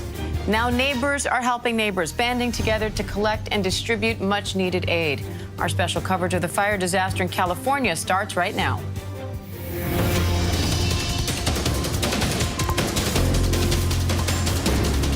And the Los Angeles area is bracing for a resurgence in dangerously strong Santa Ana winds, threatening to worsen the deadly wildfires. Red flag warnings are expected until Wednesday for 8 counties in Southern California, with hurricane-strength gusts and extremely low humidity expected to start within 24 hours. At least 24 people are dead, and the search for at least a dozen missing is intensifying ahead of tomorrow's forecast. Let's bring in Alex Perche from the Pacific Palisades and Jacqueline Lee from Altadena. Jacqueline, what are firefighters saying about trying to get the Eaton fire under control with now this Santa Ana wind event expected today and more dangerous red flag warnings for tomorrow? Diane, we're seeing so many fire engines and firefighters walking the streets, going up and down here in Altadena. And what they're doing is they're going house to house just to see if there's any possible spot fires, any hot spots. What they'll do is, and we went with them, but they would go into the house. They're going to survey it. They're looking if anything is smoking, and then they're going to be attacking it, whether it's with water or with any of their instruments that they're able to use to try to get things under control. And their priority, obviously, is to put anything out that is smoldering. And the reason why is because when those winds pick up, any embers, anything that's still hot can still spread. And obviously, I think a good question is, everything's burned, what more can burn? But the reality is it is still possible. And the worst thing you could happen is for something to spark up again, and then the winds continue to fan the flames and the fires get bigger. Diane. Alex, how's the latest forecast affecting firefighters' efforts where you are? Well, Diane, so the winds settled kind of over the weekend, which allowed firefighters to make progress, especially here in the Palisades. That fire now at about 13% contained, nearly 24,000 acres burned, but still obviously a lot of work to go. And so now that we move into the weekend, we have this red flag warning in effect through Wednesday. There is a concern that some of those same gale force winds that really kind of spread this fire so drastically could return. There are concerns for winds upwards between 45 and 70 miles an hour. And Diane, I mean, I can tell you, like, whenever winds are just whipping that quickly, the fire spreads about the same rate of pace. Jacqueline, I know you spoke to a family who lost their home there in Altadena. What are they saying about what they saw, this whole experience, and what's ahead for them now? So I spoke with this couple, and they were so sweet and had such a positive outlook, obviously, amidst this destruction. And they said they are focused on rebuilding. So I went with them to tour their house again, and they said their priority is to work with insurance and rebuild as quickly as possible because they want to stay here in this area where their family is. Take a listen. I can see my washing machine. I can see so many remnants of what used to be. It's just completely different than the fun-filled home, but yeah, I don't know how to take it. And they lived in that house for 4 years. They said what they're going to do is, since they're rebuilding from the ground up, is they're going to focus on materials that are fireproofed. So that's going to be their priority because they said they didn't expect a fire to hit here. Obviously, as you could see, there was nothing left of their home. So they're going to try to look into fireproofing materials when they rebuild in case this were to happen in the future. Diane. Alex, authorities are looking for at least 16 missing people. What do we know about the efforts to find them? Well, right now, I mean, we've seen, and look, a lot of that has been concentrated on the east side, that Altadena fire, whenever you talk about the loss of life or people that are missing. But there are search teams out here looking to kind of comb through. I mean, look, this is a ghost town. And I mean, a lot of these houses, you haven't had an opportunity to really kind of mark them off or check them off. And so, look, the guidance that we've gotten from city officials is that there are a number of missing. We've seen the death toll. It has unfortunately steadily kind of risen. It is possible things could continue down that route, but you know, whenever you have these drastic scenes where, you know, a fire comes through an entire community, you know, the accounting for individuals can take several days. All right, Alex Brachet, Jacqueline Lee, thank you. And we have breaking news. Officials are giving an update on the California wildfire emergency. Let's listen in. That the preliminary maps have been posted and are being updated daily. If there is not a color icon on your address, it means the building has not yet been inspected. Severe fire weather conditions will continue through Wednesday. Please be assured that all fire departments and all law enforcement agencies in the area will be prepared. The anticipated winds, combined with low humidities and low fuel moistures, will keep the fire threat in all of Los Angeles County critical. I ask all Los Angeles County residents in wildfire-prone areas to understand that the necessary public safety power shutoffs are important for our collective safety in preventing the next wildfire natural disaster. I did want to dispel one rumor. The LA County Fire Department has never turned down any offers for mutual aid assistance and resources. Repopulation will not occur until all areas are safe. Additionally, our CL-415 Super Scooper that was damaged because of a drone incursion is reportedly going to be flying tomorrow morning. It has been repaired, and we're waiting for the FAA to give us approval to fly again. Thank you to Board Chair Supervisor Catherine Barger and Supervisor Lindsay Horvath for your unwavering leadership and continued support throughout this unprecedented disaster. And finally, to all the Los Angeles County residents affected by this catastrophe, please be assured your firefighters continue to work towards full containment of these wildfires from the air and on the ground. We stand alongside each of you as you begin the repopulation of evacuated areas when safe and the rebuilding of your homes, your communities, and your lives. Thank you.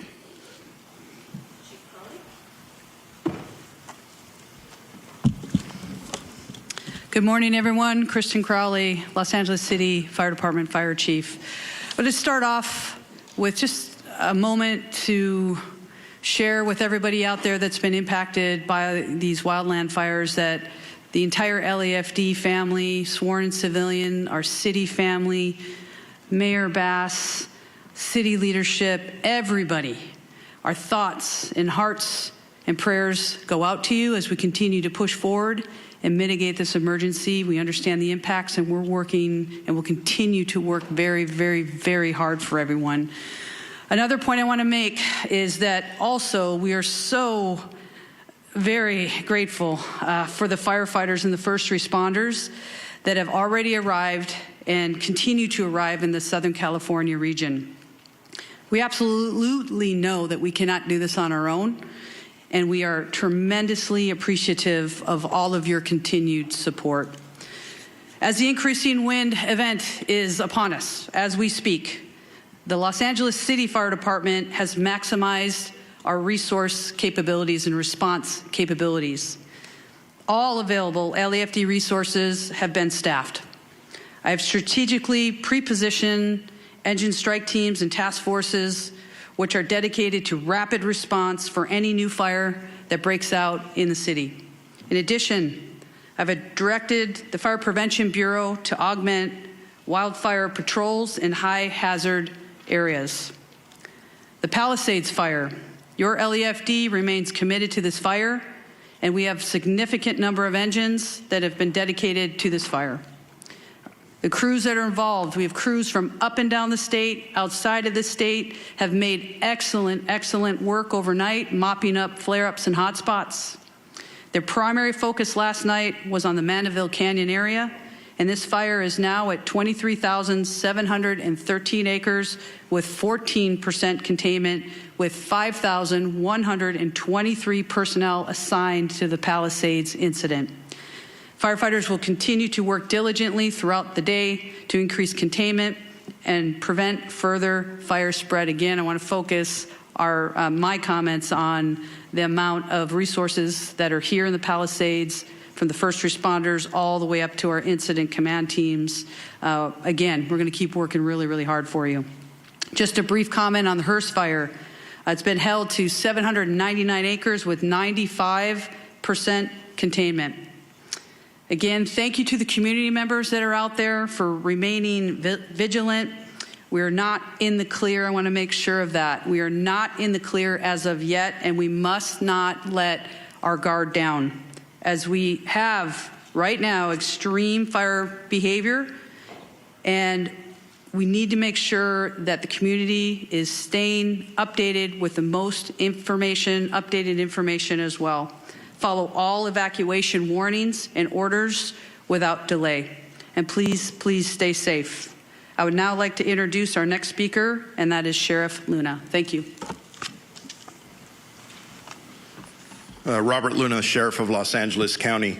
Regarding our deployment, we still have well over 1,000 of our Los Angeles County deputies out there working on 12-hour shifts. We have 172 California Highway Patrol officers. I'd like to thank the commissioner who was with me yesterday, Sean DeRee, for all of his assistance. I also want to thank Major General Beavers. I was with him as well, and he has fortunately been able to increase the amount of National Guard assistance that he is giving us to up to 600. And he told me yesterday if we need more, we can ask for more. And we are strategically looking at that, analyzing it, and we'll ask as needed. Evacuations, we have approximately, and this is some good news because it's dropped, we have over 92,000 people who are under evacuation orders and approximately 89,000 people who are under evacuation warnings. I want our community to know this, and Chief Maroney did talk about this for a second.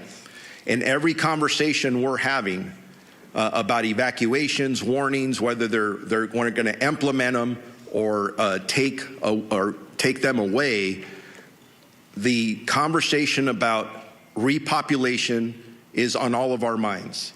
I know that we are attending, staff's attending community meetings, whether they be out in the Palisades Fire area in Malibu for us at LA County Sheriffs, in the Altadena area. We are hearing our community loud and clear, and we want to get you in there as soon as possible.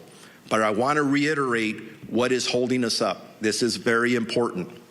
We are still, for the Altadena area, we are in the third day of grid searching.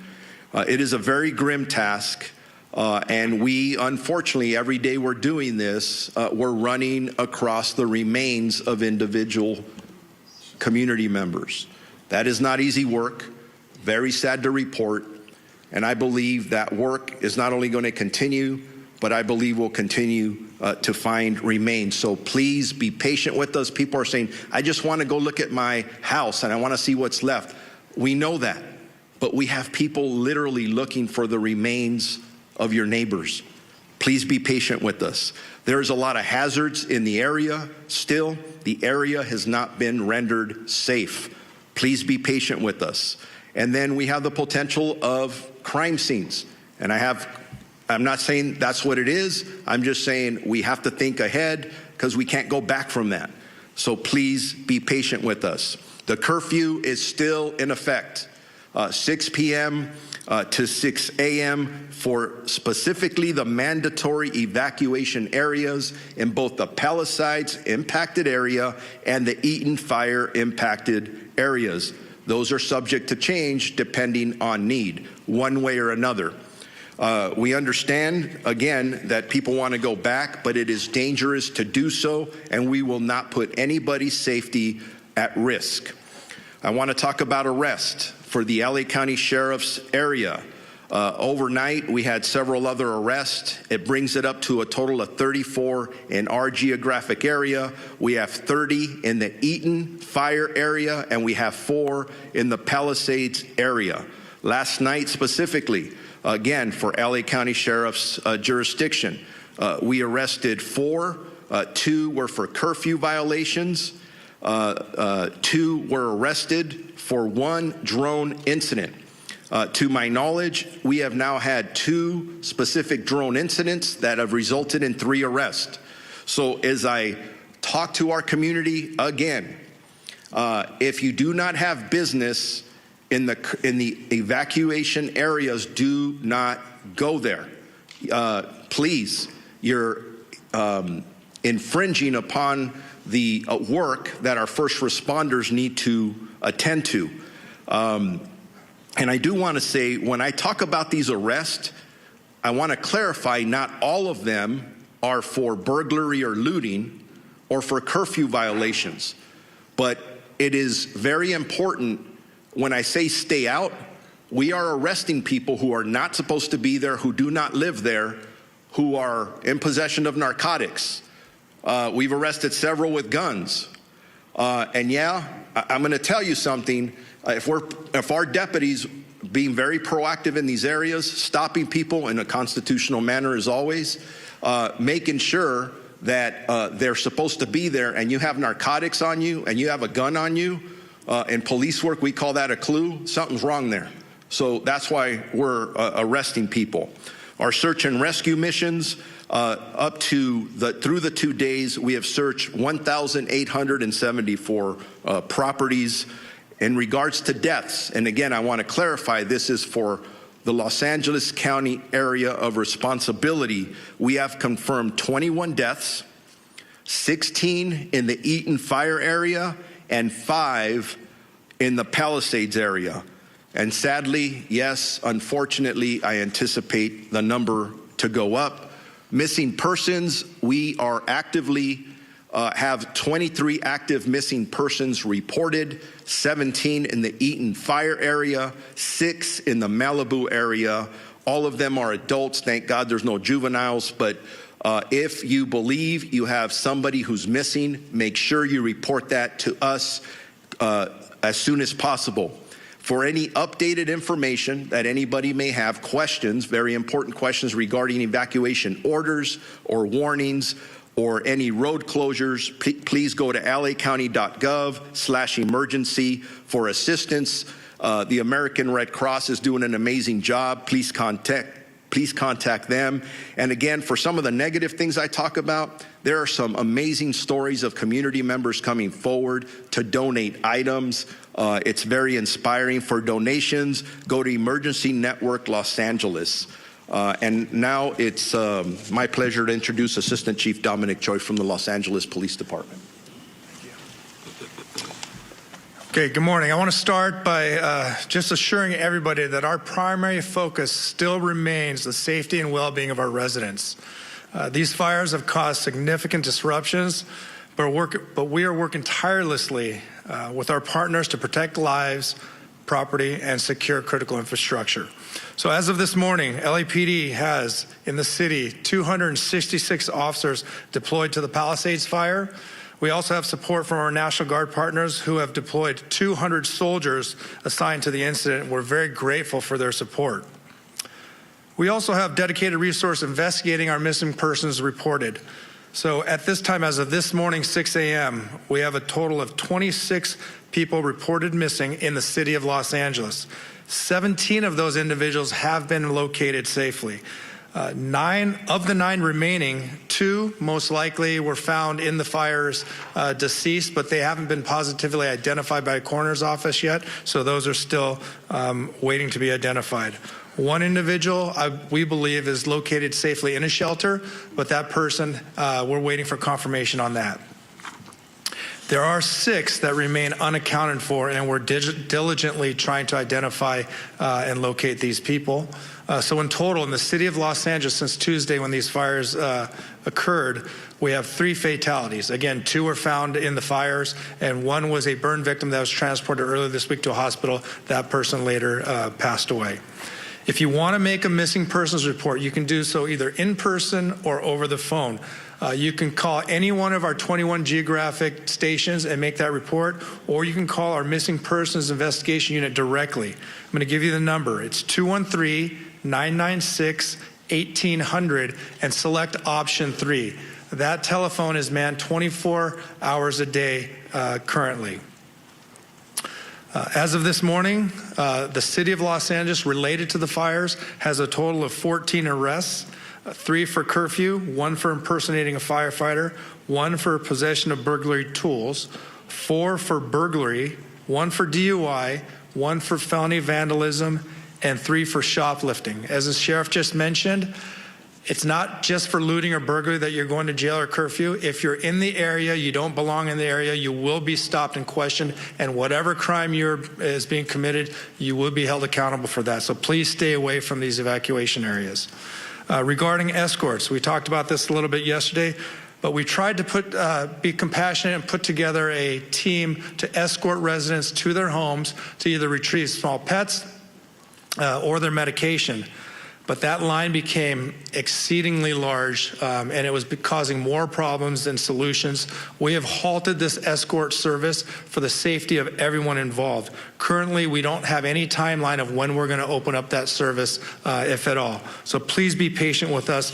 We know you are waiting. If you are still waiting at any of these checkpoints to be let in or escorted, please do not wait there. You will not be let in or allowed to have an escort at this time. Also, another important reason for stopping these escorts is because we have search operations beginning. Over the next 48 hours, we'll be working alongside LAFD Search and Rescue, our ATF partners, as well as the LA County Coroner's Office throughout the burn areas, giving priority to those people that are reported missing in these burn areas. From there, grid search will take place that could result in crime scene preservation and then recovery of remains. We hope that the high volume of resources dedicated to this effort will expedite the process. And as many of you know, the dry conditions and winds increasing, it's possible that evacuation orders may increase.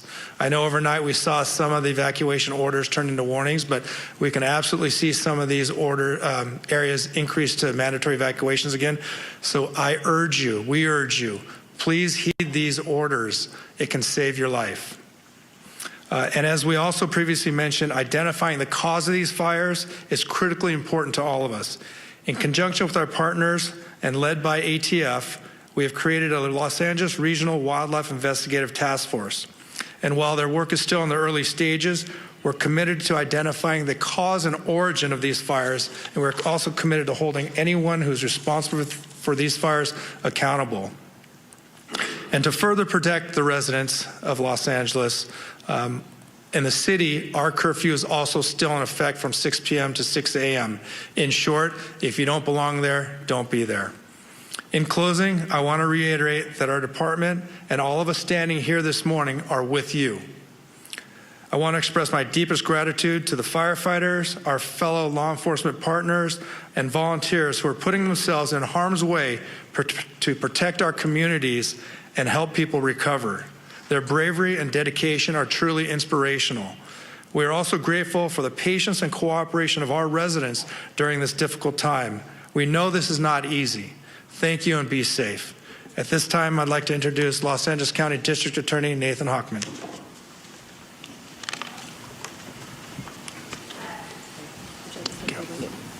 Thank you.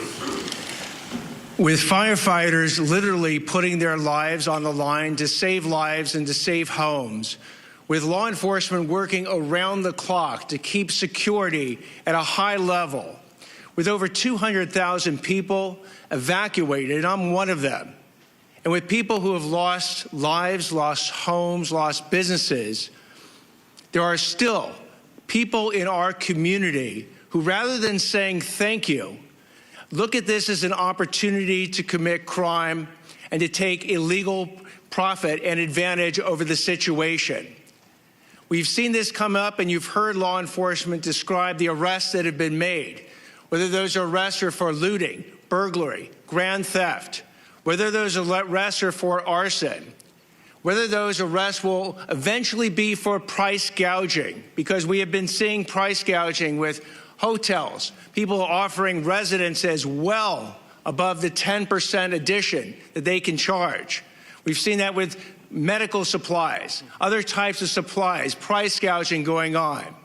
So the criminals have decided that this is an opportunity, and I'm here to tell you that this is not an opportunity. You will be arrested, you will be prosecuted, and you will be punished to the full extent of the law. At 2 p.m. today, we'll be holding a press conference to announce the first charges in a looting case and the first charges in an arson case. This is not an arson case tied to the major fires. It was an arson case that was done on the side, in essence. You will hear that these people who've committed these crimes are facing very significant sentences. I am working with over 750 deputy district attorneys and in the entire law enforcement community to bring these people who are despicable and disgraceful to justice. And we're not only going to see what's happening right now in connection with bringing stability to our community, whether it's, again, going after the looters, the arsonists, or the price gougers. But we're starting to see the criminals emerge who are going to go after the recovery efforts. These are people who are contacting people and pretending to be GoFundMe operations to help people who have suffered. And GoFundMe, by the way, actually is an excellent organization that has put in place protections that if you use their site, you can use it safely. But these are people who are creating fake GoFundMe sites. I tell people to be very, very cautious when you give your money away, to check out the organizations that you're doing it to. I applaud anyone who wants to donate to these causes, whether with money or services, but make sure that they are going to the right operations. Again, you can go to Emergency Network LA, that's enla.gov, or you can go to recovery.lacounty.gov to see the types of operations that you can have confidence in. And we're also going to see scams coming up with insurance proceeds. We're going to see scams coming up with government benefits, because we are going to literally have billions of dollars come into Los Angeles County over the next months and years.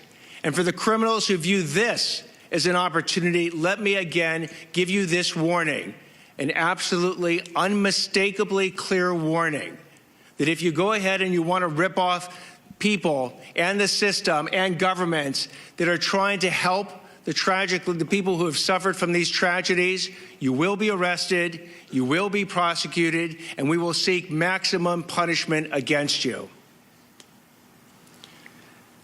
I hope that I'll have the opportunity to tell you at a later point that this warning has been heeded, that deterrence works.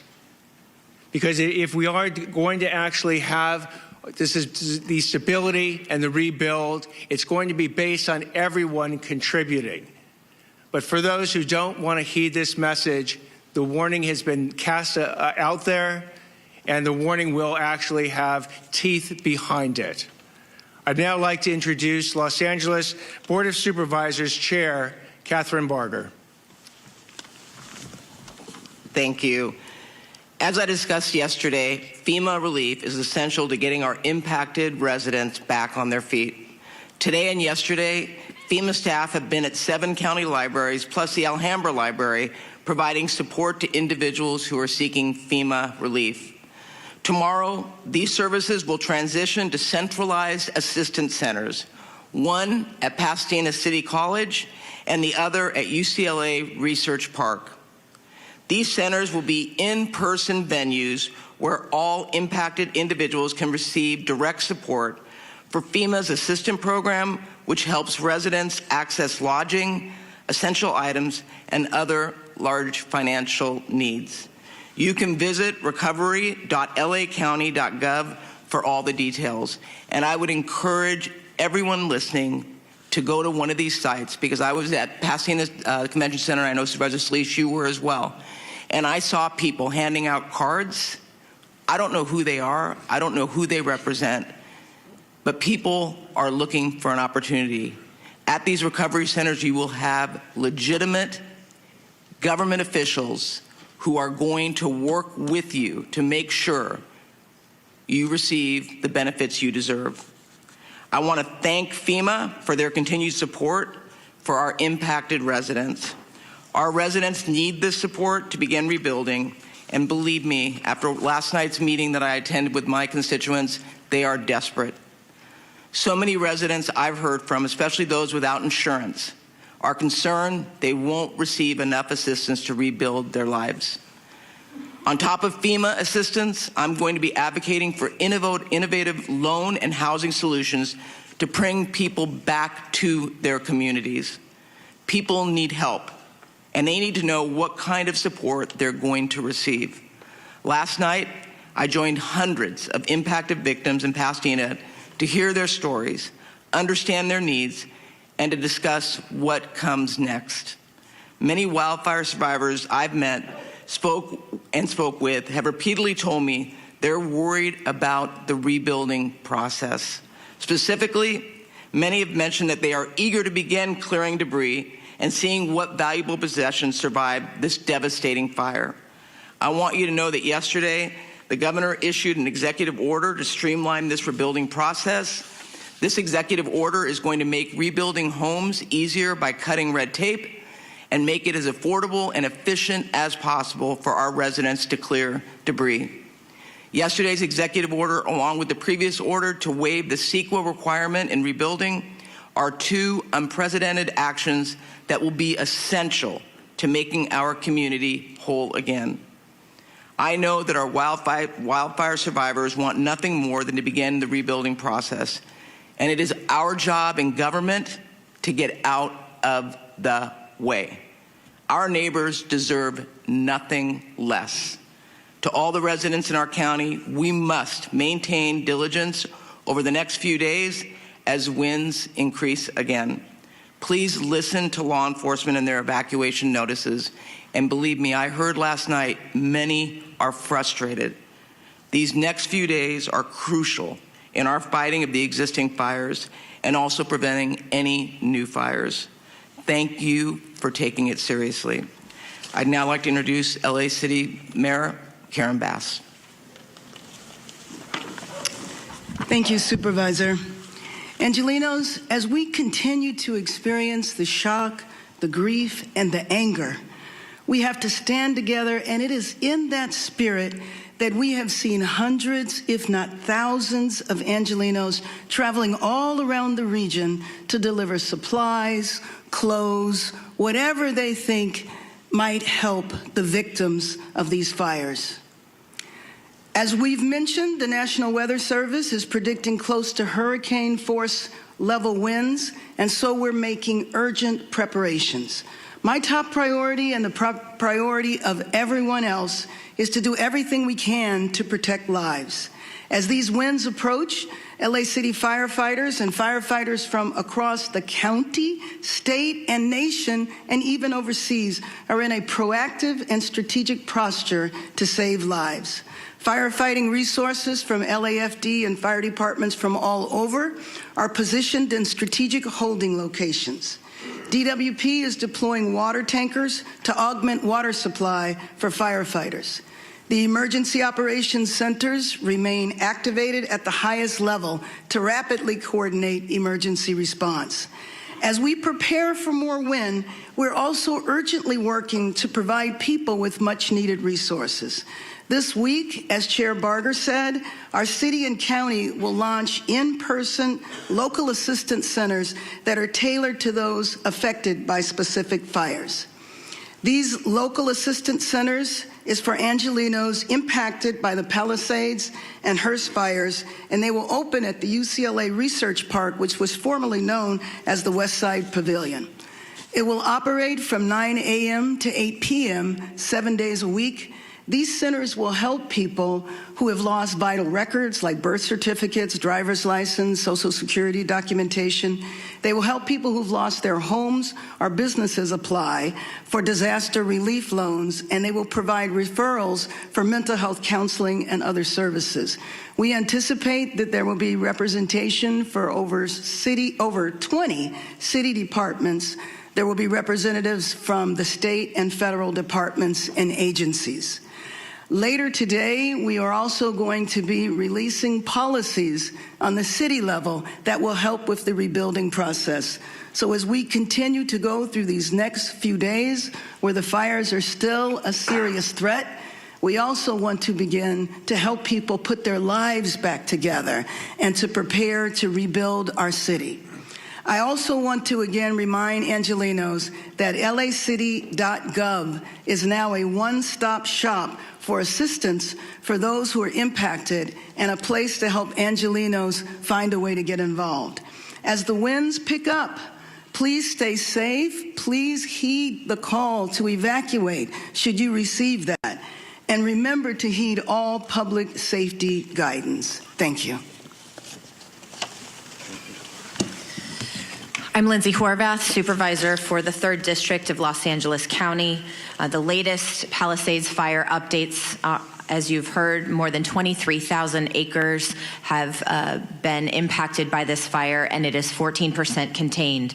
We have over 5,100 personnel, including 44 helicopters and 540 engines. The fire continues to hold along Mandeville Canyon, and we are grateful for our first responders and all those on the front lines fighting in this area. We know it is critical, and you are doing a great job. We've also made significant progress in Topanga Oaks, Sylvia Park, Temescal Ridge, to Mulholland. All of these areas have been under threat, and we are continuing to hold. Santa Monica has lifted their evacuation orders and downgraded to warnings in North San Vicente, moving from order to warning at 8 a.m. today. All of the warning areas have been lifted. A particularly dangerous situation has been issued. Strongest winds from Tuesday morning until Wednesday. We strongly encourage caution and vigilance. This is the weather prediction that the National Weather Service had going into last week's event. So these conditions are significant, they are serious, and we need you to follow all orders. All Santa Monica Malibu United School District schools will remain closed today. All Santa Monica campuses, except for Roosevelt Elementary, will be open. All LAUSD schools will be open today, except Canyon Charter Elementary, Kenter Canyon Charter Elementary, Palisades Charter Elementary, Marquez Charter Elementary, Topanga Charter Elementary, Lanai Road Elementary, and Paul Revere Middle School. Our Department of Mental Health has resources for how to speak with our young people about wildfires at dmh.lacounty.gov. We need to support our children in this time and make sure they're able to talk about this tragedy. Our DMH helpline is 800-854-7771. Metro fares continue to be suspended for as long as conditions remain the same. We thank our You're watching California officials giving an update on the wildfire emergency there. The city fire chief says the fire department is maximizing resources as those winds start to increase. She says crews have made significant progress fighting the Palisades fire, gaining 14% containment.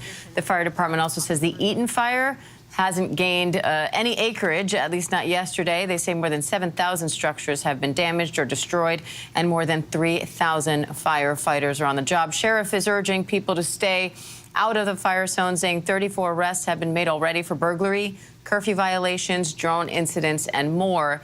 And the Los Angeles mayor, Karen Bass, says she has seen an outpouring of support with hundreds of thousands of Angelenos helping those in need. I want to bring in Alex Perche, who's in the Pacific Palisades, as well as Jacqueline Lee in Altadena. Alex, what's it like there in Pacific Palisades, and what are you hearing from residents?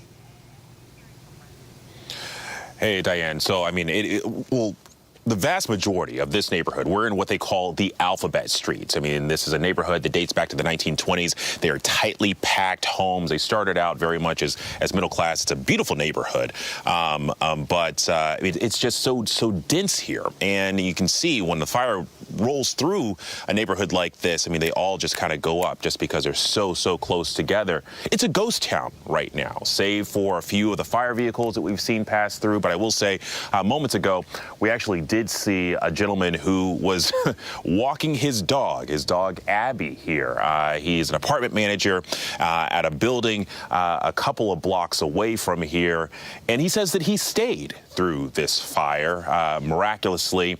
He talked about how he was watching it. He's watching the fire, the flames come down an alley, 1 house away, or excuse me, 4 houses away, 3 houses away, 2 houses away, and then in the nick of time, those firefighters showed up to preserve his building. And so, you know, he's been there kind of looking after the building as his tenants have evacuated. He's eating tangerines and nuts, I guess, until, you know, he can find, you know, regular food. But, you know, there is this sense of just concern and questioning as to what this neighborhood, which has meant so much to so many, will become. Clearly, there's a huge need to rebuild, and Governor Newsom at that executive order, which is going to cut red tape to rebuild for businesses and a lot of the homeowners here, but still for so many, you know, there are just questions as to how to move forward. And Jacqueline, what are you seeing there in Altadena in terms of how firefighters are trying to contain the fire, especially with the wind expected to pick up? So, Diane, they are going house to house, walking through all of the properties to make sure there's nothing smoldering, there's no hot spots that are going up. And you have to remember that we are getting so many reinforcements from firefighters and officials who are coming from out of the area. We spoke with firefighters from Kern County who were assigned to this area in Altadena, and their job is to physically walk door to door and go through everything. You know, what really stood out to me from that press conference is Sheriff Luna said that he heard the community loud and clear. He understands that residents are so desperate to come in and see what is left of their homes. Many have nothing here anymore, and they want to see if there's anything that is salvageable. But residents are telling us they are so desperate to see the state of their homes so they can file those insurance claims. Insurance companies, of course, are requiring them to submit documentation just to get this claim started, work with an adjuster, and that on its own is a very lengthy process. But then, of course, remember, not only did people lose their homes, they have to figure out what they want to do, where are they going to stay, how much is this going to cost. There's so many factors aside from just the state of their property that they now have to deal with. You know, the district attorney, he brought up that there are people committing scams, you know, creating fake GoFundMes. Of course, we've already spoken about the looting and what an issue that poses, but we're also seeing price gouging in the rental markets, people jacking up the prices to rent out homes and apartments for those families who are displaced. And so we're seeing officials work on cracking down on that just because people are exploiting a very vulnerable situation. Diane. All right, Alex Prochet, Jacqueline Lee, thank you both. And let's bring in Democratic Senator Adam Schiff of California for more. Senator, thanks for coming on. I know it's a busy time. What are you hearing from officials and residents about how this firefight is going right now?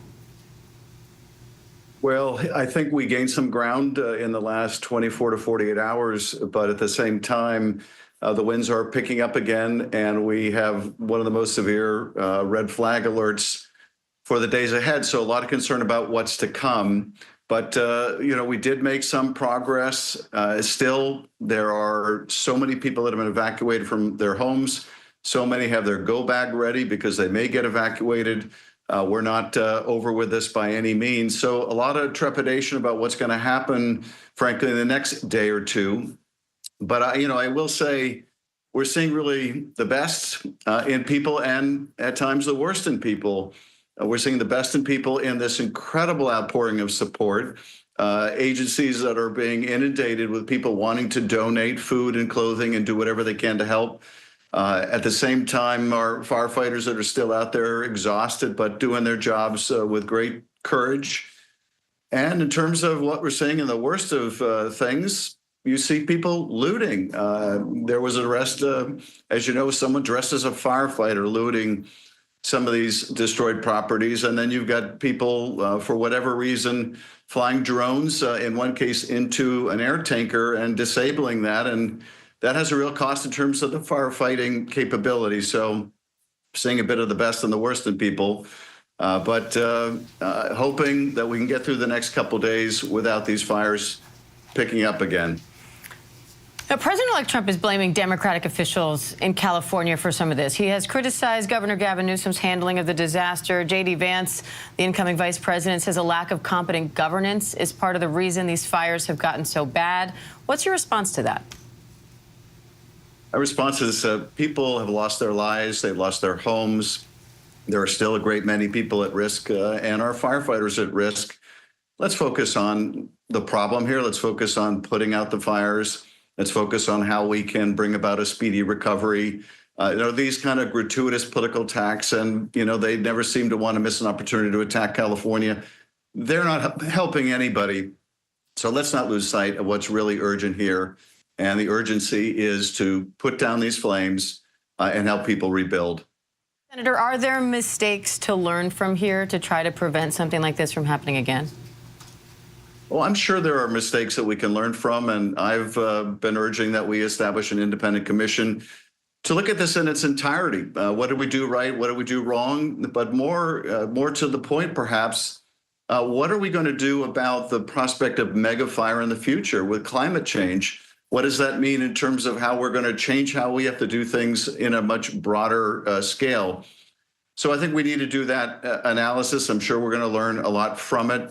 But let's try to do it objectively. Let's try to do it in a apolitical way and not just use this as a cudgel to go after people that are in the other party or whatever the case may be.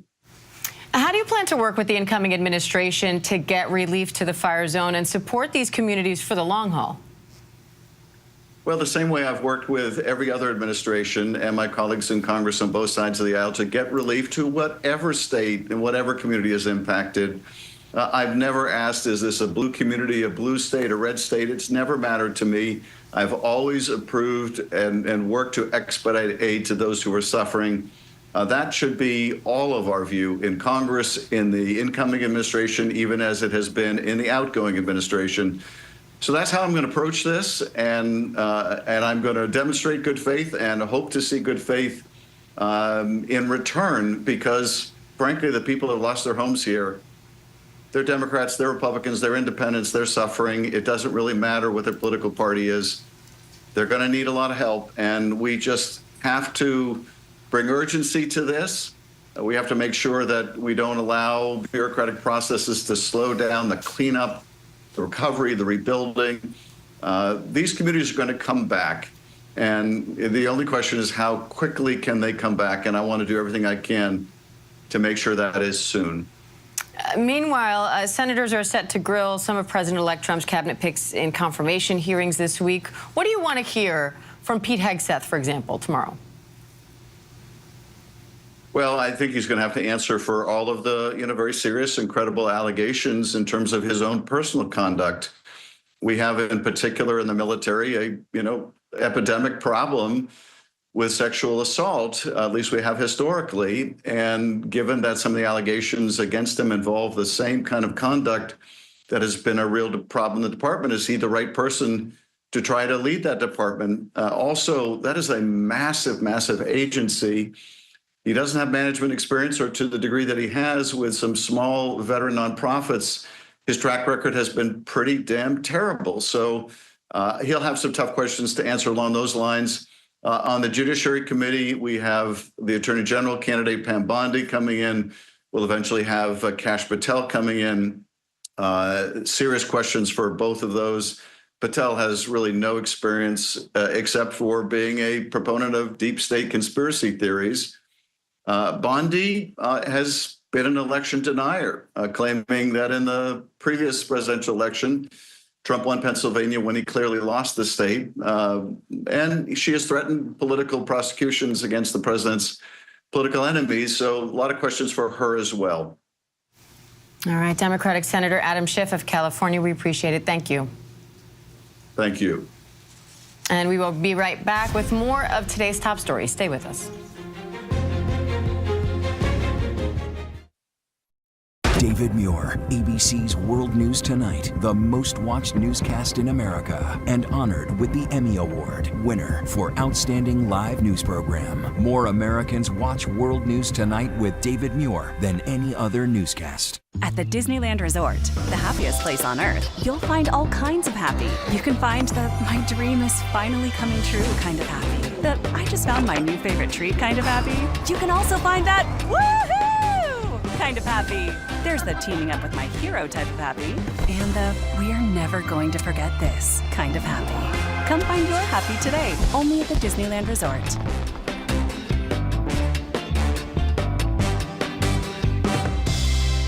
Hey, good morning, America. Good morning, America. Good morning, America. Are you ready? They are ready. Covering the biggest events in the country right now. There's a lot going on here. You don't just see it, you feel it. I'm in. I'm in. I'm in too. I'll be here. I am here and so happy. I'm in. I'm in too. Michael, George, Clara, Ginger. Wish you could show your kids the world? On a Disney Cruise Line vacation this summer, you can. Be amazed by the breathtaking beauty and adventures of Alaska. Live the magnificent culture and history of Europe. Or indulge in a week of Caribbean fun and relaxation. Let Disney Cruise Line help grant your summer vacation wishes today. Because the time to show your kids the world is now. I love this version of me. America's #1 most watched daytime talk show is ABC's The View. You all heard it here first. I love it. I'm there for it. Hot topics, political views. That's what we're about. Voices that matter. It all goes down right here. That's why it's called the what? The View. I love it. I'm all in. Second that. This is going to be must-see TV, and so much could happen.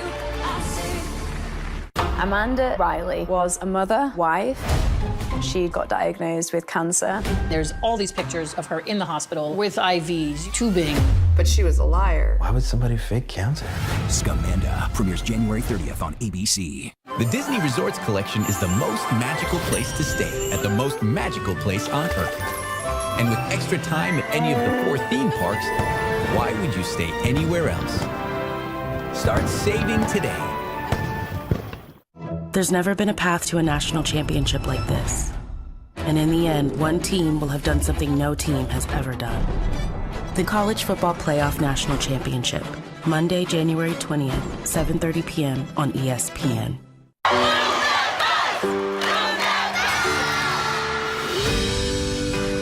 This family is suffocating. We are all here to help them. We're going to make this happen.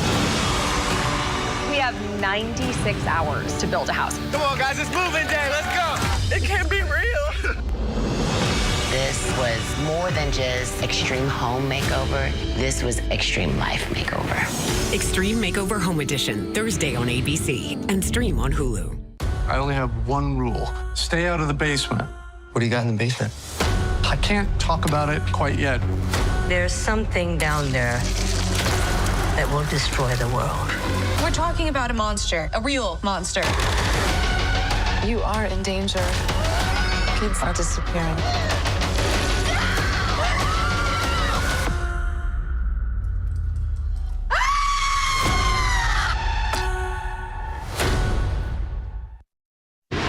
Reporting from the path of Hurricane Milton in Tampa, Florida, I'm Whit Johnson. Wherever the story is, we'll take you there. You're streaming ABC News Live.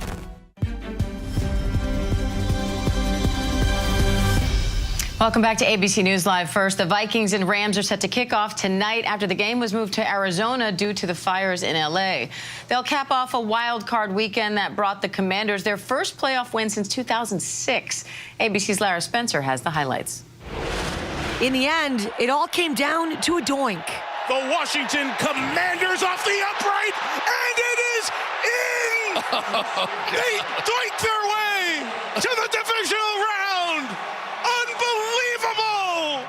With the game tied, 2020, Commanders rookie quarterback Jaden Daniels driving his team down the field, leaving it all up to kicker Zane Gonzalez.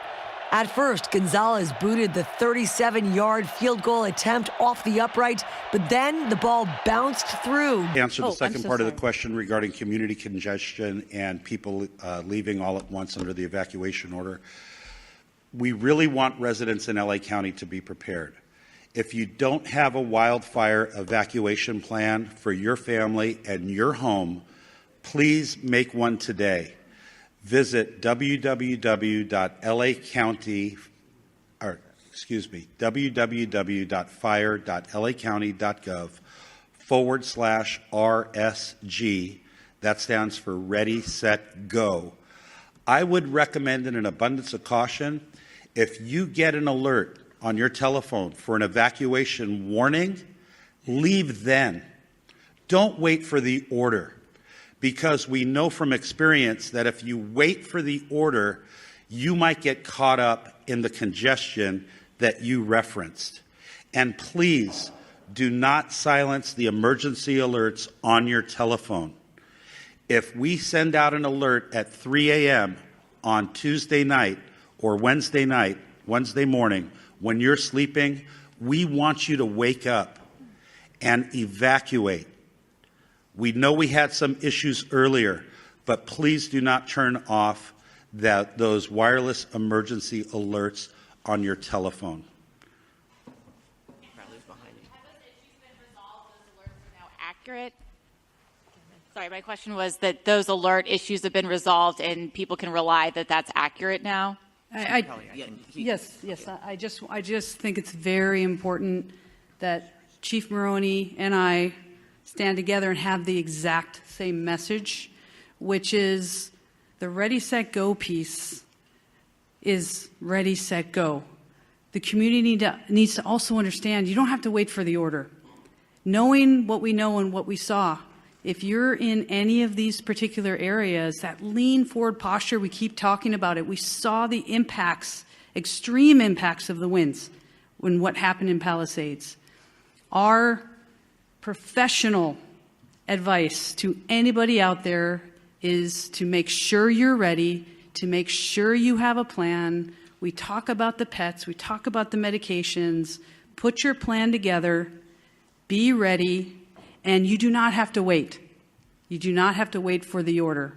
And I think it's really, really important that everybody hears what Chief Maroney and I are saying. And in fact, the rest of the region, the rest of the fire chiefs are saying the same thing. Thank you. And Kevin, you were going to address the WE alert issues? Kevin McGowan, Director with the LA County Office of Emergency Management. In partnership with the state, we have the wireless emergency alert system ready to go with a state partnership. Thank you. And we are at time. We will have one-on-one interviews. If you have any unresolved or unanswered questions, please approach to the front and we will connect you to the appropriate speaker. Thank you for today.